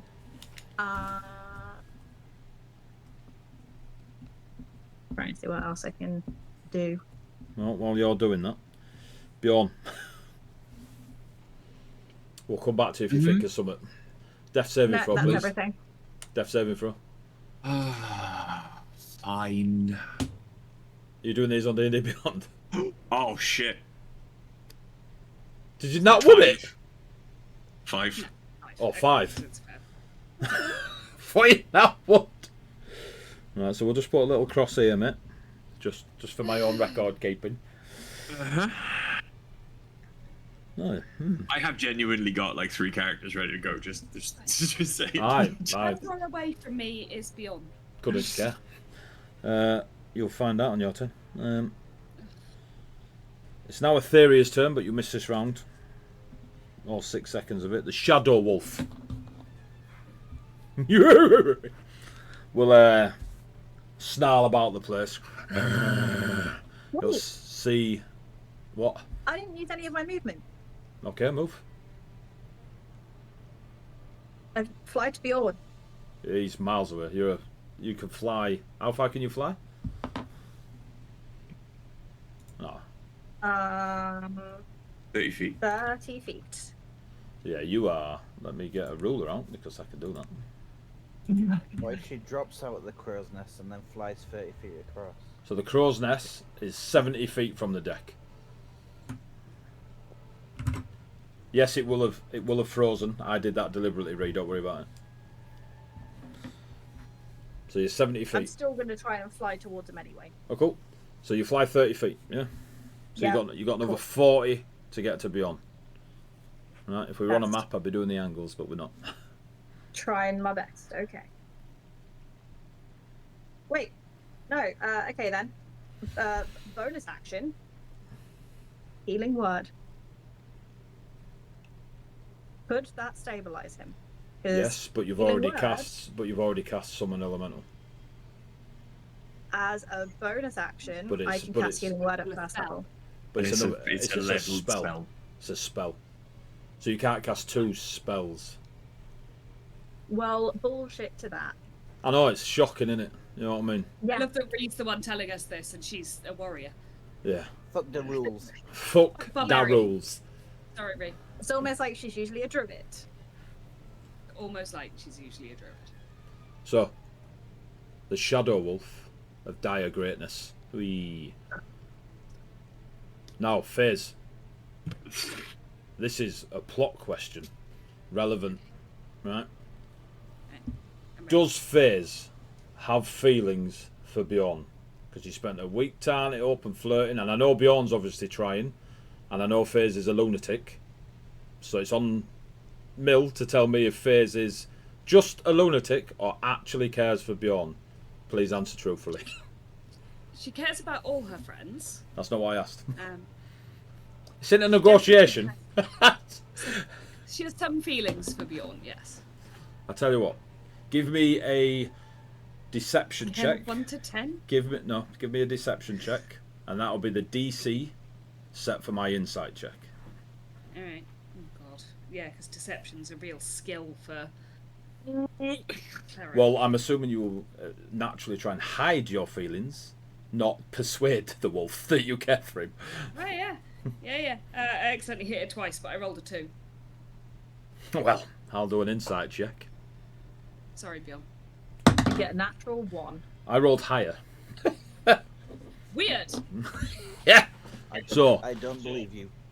the Shadow Wolf steps towards Fizz, sniffs at you.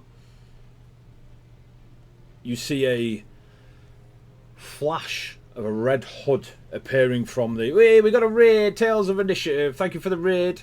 Gravy time. Can we do gravy time? There's some gravy stuff. Thanks for the raid, guys. The wolf steps forward, snaps at you, Fizz. You see a flash of a red hood above Bjorn. And it turns and just takes one step towards Bjorn. There's a 22 hit you, Bjorn. Was that rolled with advantage? I only rolled it once, mate. I can... I'm just checking. Oh no, it's a crit anyway. Yeah. Because I'm 24, the second one. okay. Yeah, they both hit.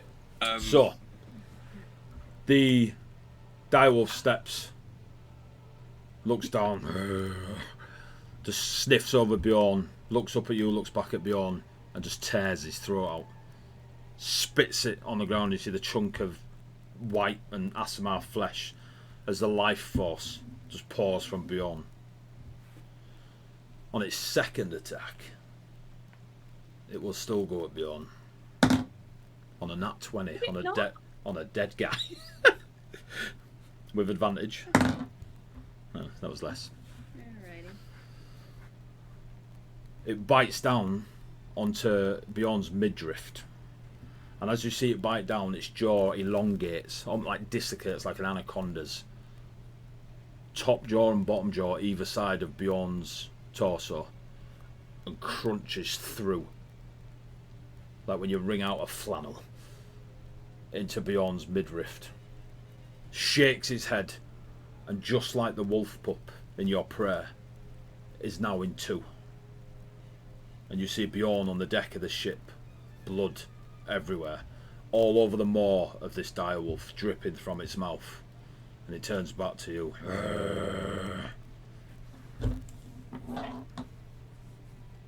And takes no more of its actions. But Bjorn wasn't alive anyway. Phase. It's now your turn. Yeah, okay. Well, I'm gonna obviously rush over to Bjorn, and put myself in the way of the wolf. I know. And I'm gonna try and cast Revivify, knowing full well it's probably not going to work. Do you have a diamond? I should have a diamond. We picked one up.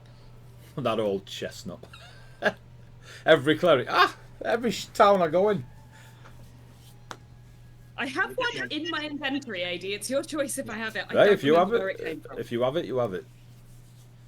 So, I don't know. delete the That's what diamond. happened. I Delete will the diamond. absolutely delete the diamond. You I cast. can't do this again. You cast Revivify. Yes. Give me a Wisdom saving throw.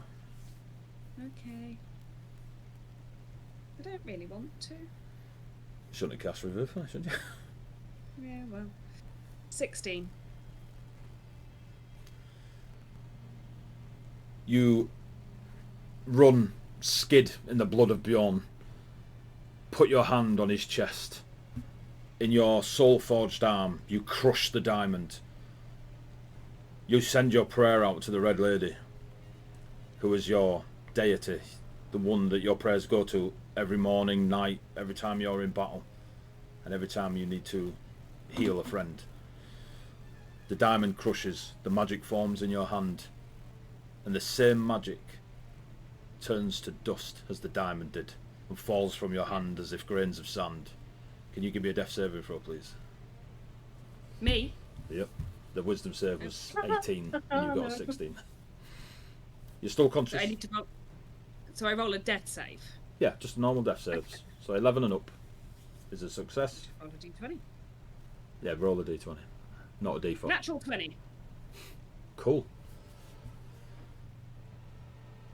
So on D&D Beyond, anyone can check. As you try to cast that Revivify, and it's only recently you've discovered that resurrection is no longer possible, and the dust just falls on the upper half of Bjorn's torso. You feel your own spirit attacked, your own soul, the very essence of yourself attacked. And it isn't the Red Lady that comes to your aid. It's something deeper, something more personal, something you. And you bat away the cold, pale hands of the Red Lady as she clawed out to your essence. You have completely negated the death saving throws with your natural 20. But that's your action. Okay.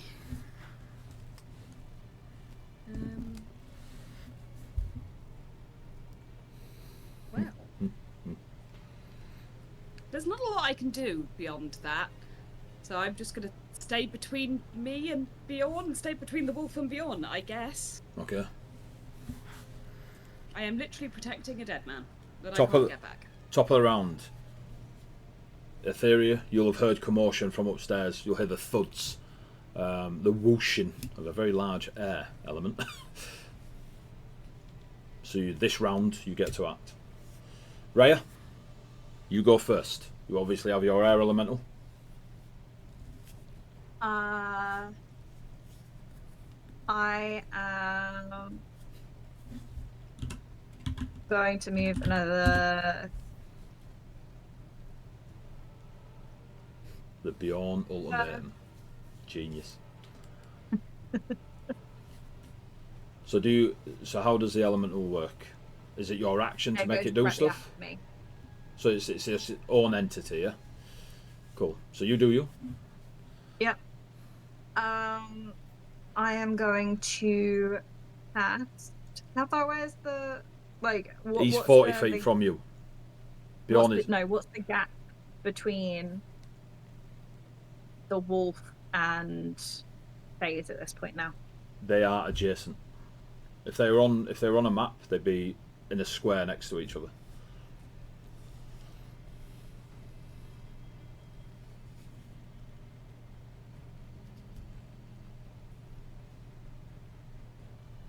Okay.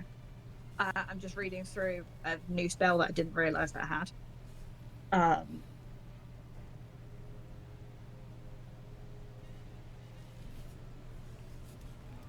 Read faster. and it doesn't matter. So,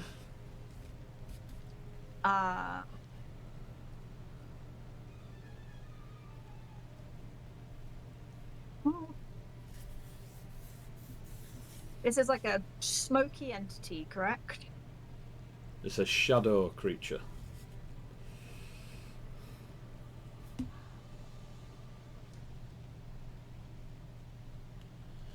Bjorn was up next.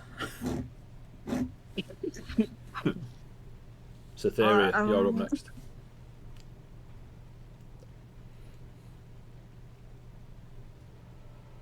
I'm gonna try and dispel magic on it. Okay. What level?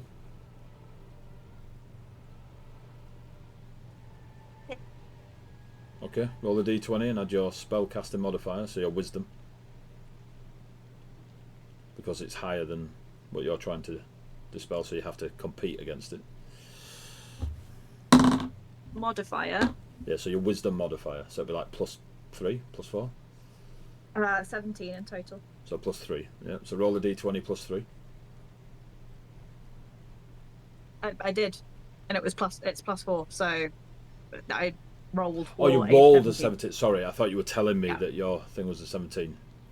No, my wisdom's a 19. So, as you try to dispel the shadow creature, your magic wraps around it, and you see that the dark fey energy you throw at it matches the same dark shadowy energy that is the wolf's form, and they essentially cancel each other out in the sense that your dispel magic does not work. Cool. That's a but good it's shout. also That's a good shout. dark fey entity, which means that no spells I throw at it are gonna do shit. Not on that roll. You were close. So that's your action. You've got a bonus action in your movement. You're still 40 feet away.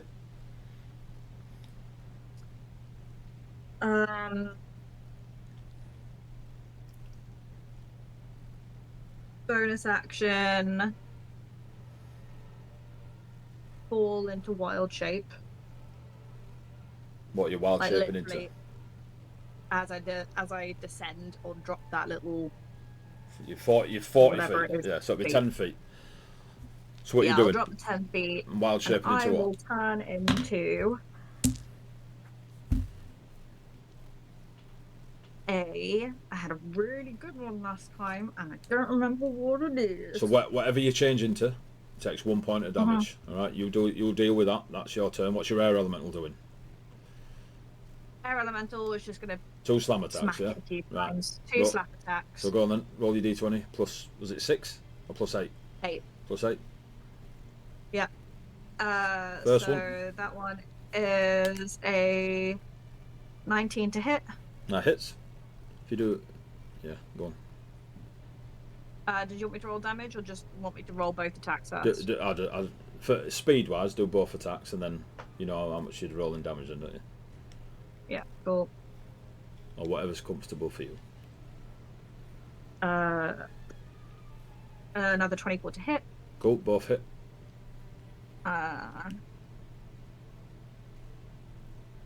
2 damages.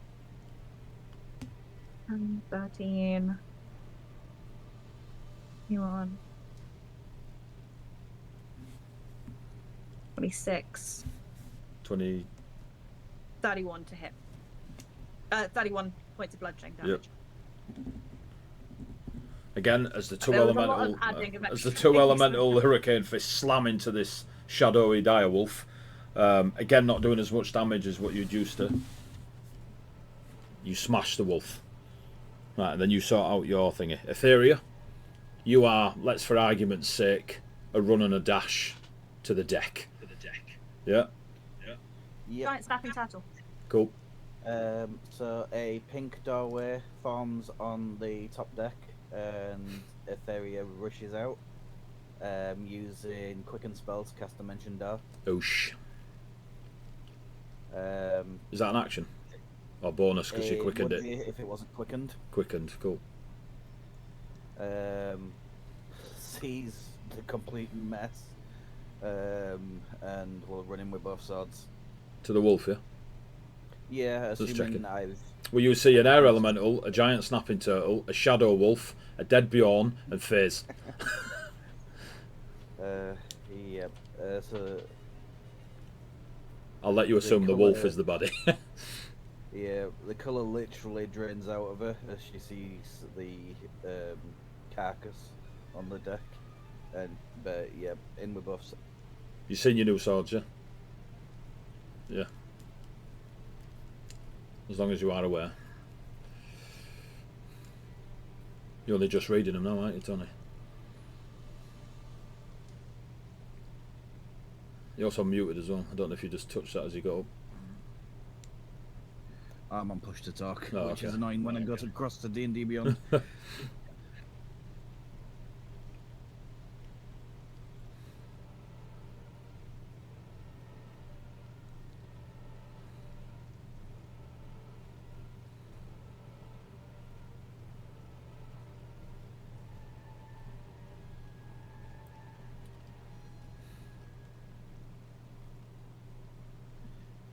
Can you hear me now?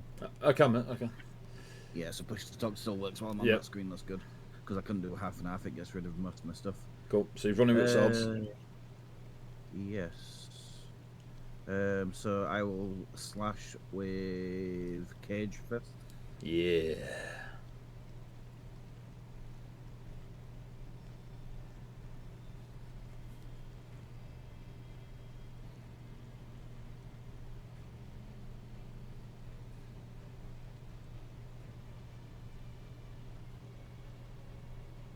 If they're equipped, it should do the stats for you.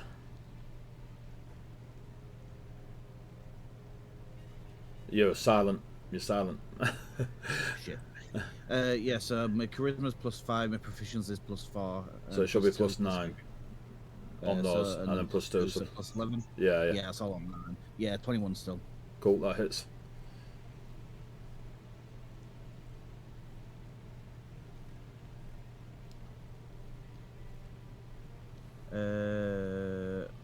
I guess I'll go in there with a Shadow Strike as well while I'm doing that. Yeah.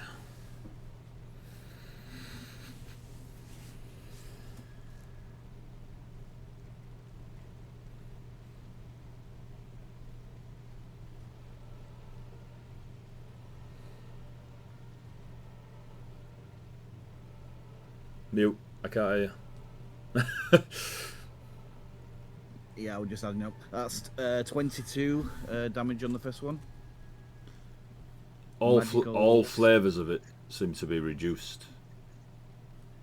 All magic and everything? Yeah. Oh, damn. Okay. What was it? 22. 22, yep. That's with Cage, which is the Dark Blade. Yes. Following up with Kira.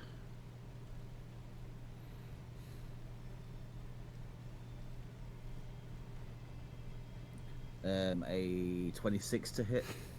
Yeah. Not bad for a sorcerer.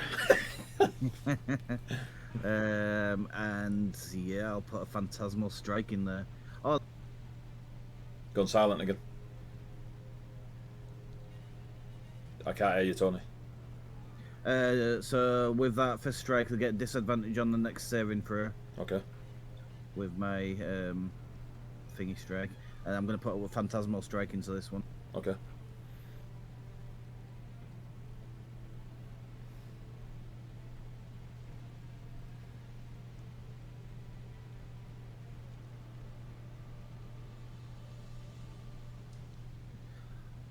Also 22 to hit, and they should make a Wisdom saving throw.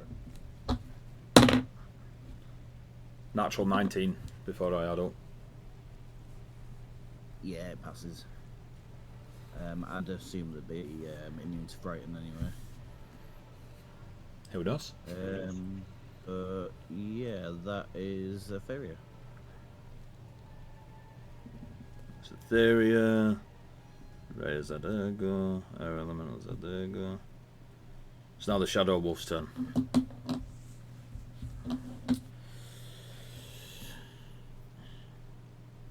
How wounded does Etheria look?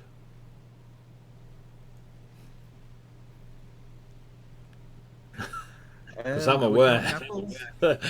have you got enough for even one apple? I do. In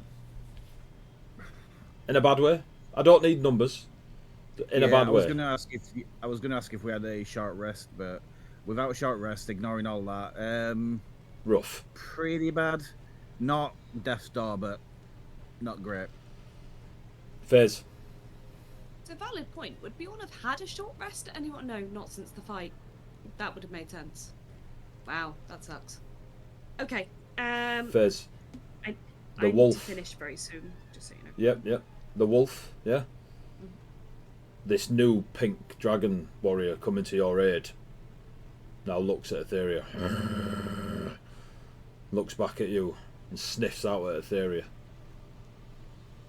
You care for all your friends. Give me a deception check. I do care for all my friends. I do not fancy Etheria. No offense, Etheria. I fancy it for you. You're not the one That's- doing the that's a deception check, eh? 6. Oh my god, we're gonna lose all my friends. The wolf turns towards Etheria. 20 total, Etheria. Yeah, yes.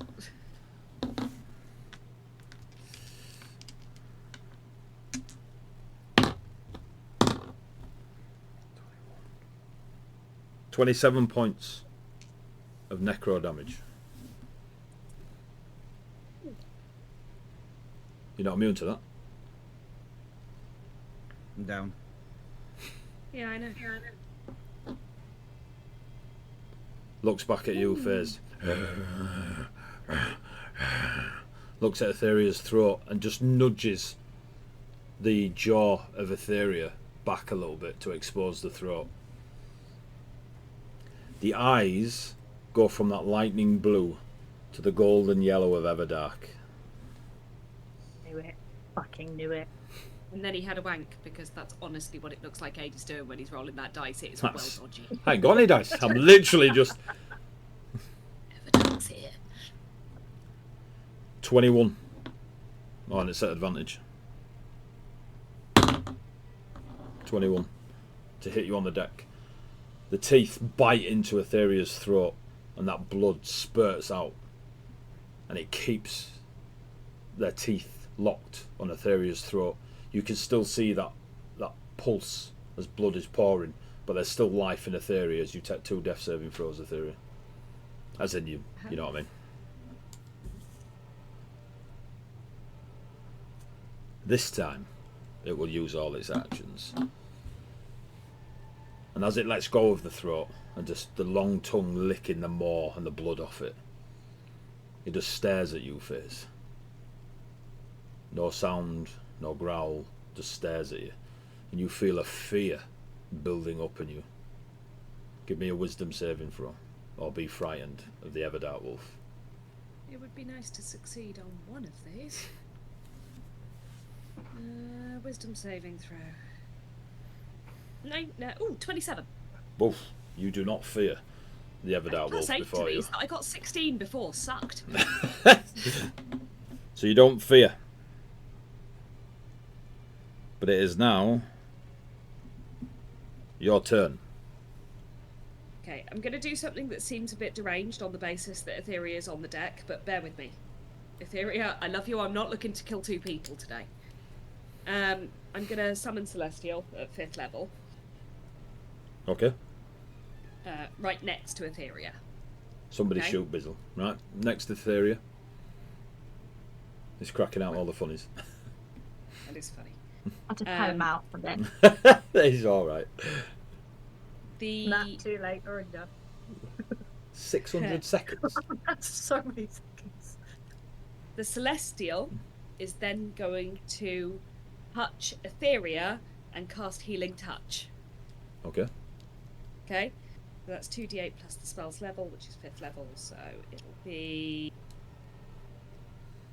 roll. Truly shockingly shite. 9. But 9's better than 0. Etheria, you He's one of receive the 9 best. points of healing, halved to 4. Because the red... Hyped him out for 600 seconds? She's sorting it. Your healing is halved, Etheria, because the red lady does not want to give her power to Faze. So you get 4 points. Oh, I need a new god. Sorry. She killed Bjorn. In my defence, yeah, did you? So, Faze, you summon the Celestial. It goes on your turn, but that's your action, so you still have a bonus. Do you swing at it? You're a war cleric. Hang on. I wasn't expecting to do anything else. I always forget you're a war cleric. Yeah, well, me too. But no, I can only do that, I think. You can hit it. I'm sure you can bonus action hit it as a war cleric. Only if I've already hit it once. Or is it like a... think. Okay. I don't know, actually. Bonus action, give me the thing.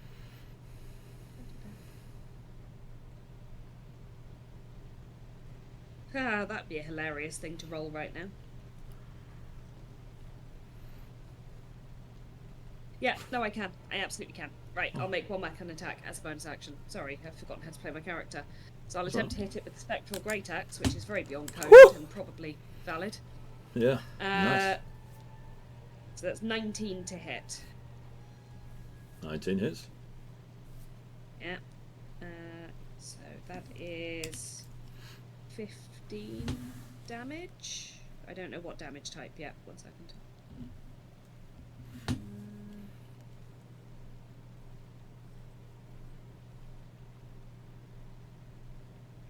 I think it's 1d12 plus 4. It says 1d12 plus 4 and 1d8 of force damage. Is that right? Yeah, so you roll 1d12, add 4, and then you roll which would be your normal damage, and then 1d8 that's force. The slashing damage. Yeah. Yeah, I haven't done 1d8 for force. I haven't used this weapon very much. 1d8 for force is... Oh, that's much better. 7 force damage. So 7 and... 15. 15. 22. Yes. All the damage that's gone into this creature, it seems to have absorbed in some way. All of it. Force, necro, slashing, etc. Bludgeoning. When the Great Axe comes in to hit, you see a spark of anger in the eyes of Everdark in this wolf. And how do you end it? How do I do it?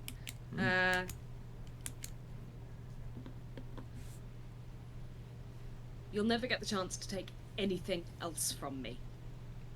I'll cut the wolf in half.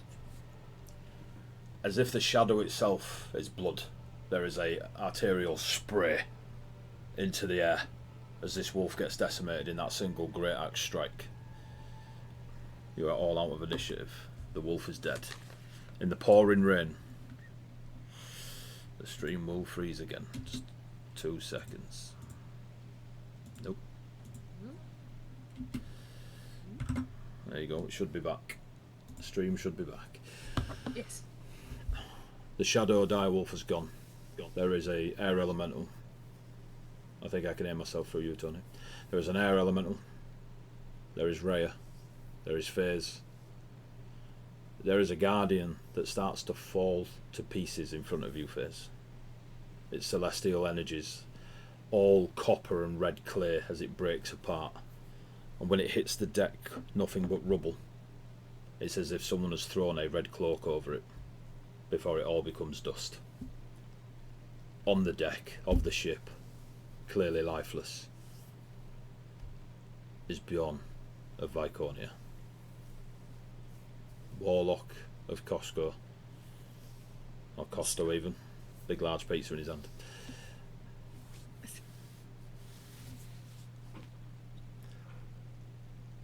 What you immediately notice, Fizz, and Althea wasn't there, but what you immediately notice, Fizz, Bjorn is no longer...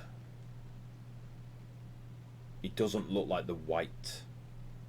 He reminds you of the Aasimar you first met. As you watch on, the blood of Bjorn starts to move and take shape. You don't see it happen in like a horror movie style, but Bjorn is no longer in half, but together. The blood forms the pattern of wings either side of Bjorn. Wings not dissimilar to yours or Althea's when you've seen her burn bright. Walking down the deck of the ship in a hooded robe is someone clearly of the Viconian land. The rain itself freezes. Slow drops coming through, hitting the deck. There's a very powerful aura on this ship. Is Mill alright, Rich? Because I need her. Give me 2 seconds. Yeah.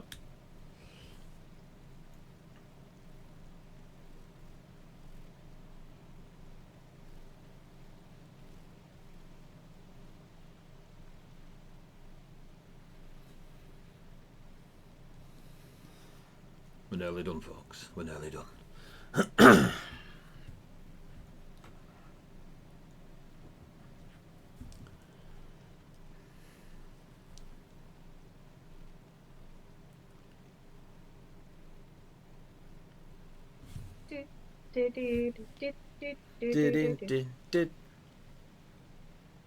Millie can't come back, unfortunately. That's cool. That's cool. Stood before Bjorn. None of you have ever met this person. None of you have ever been in a temple. None of you have ever witnessed artwork. But you know it to be Costo. You know it to be the Vendari of Vengeance. They wave their hand over Bjorn.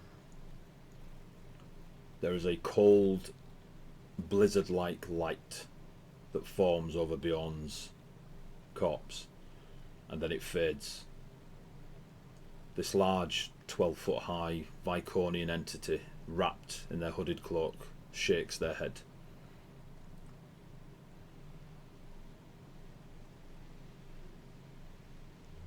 The body of Bjorn disappears. The bloody wings stay on the ship.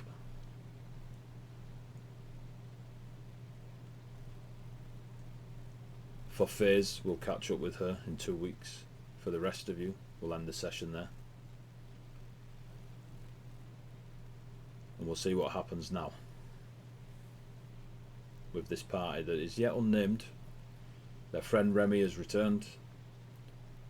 Their friend Bjorn is lost. At least for now, while resurrection is not possible. And we'll see you in 2 weeks, guys. So thank you for tuning in. Thank you for the raids. Thank you for the hilarious jokes, Bizzle. It's been an absolute pleasure. Take care of yourselves. Stay safe. Enjoy that good stuff. And yeah, we'll be back in 2 weeks. Take care of yourselves. For now, say goodnight, players. Good night, players. Night.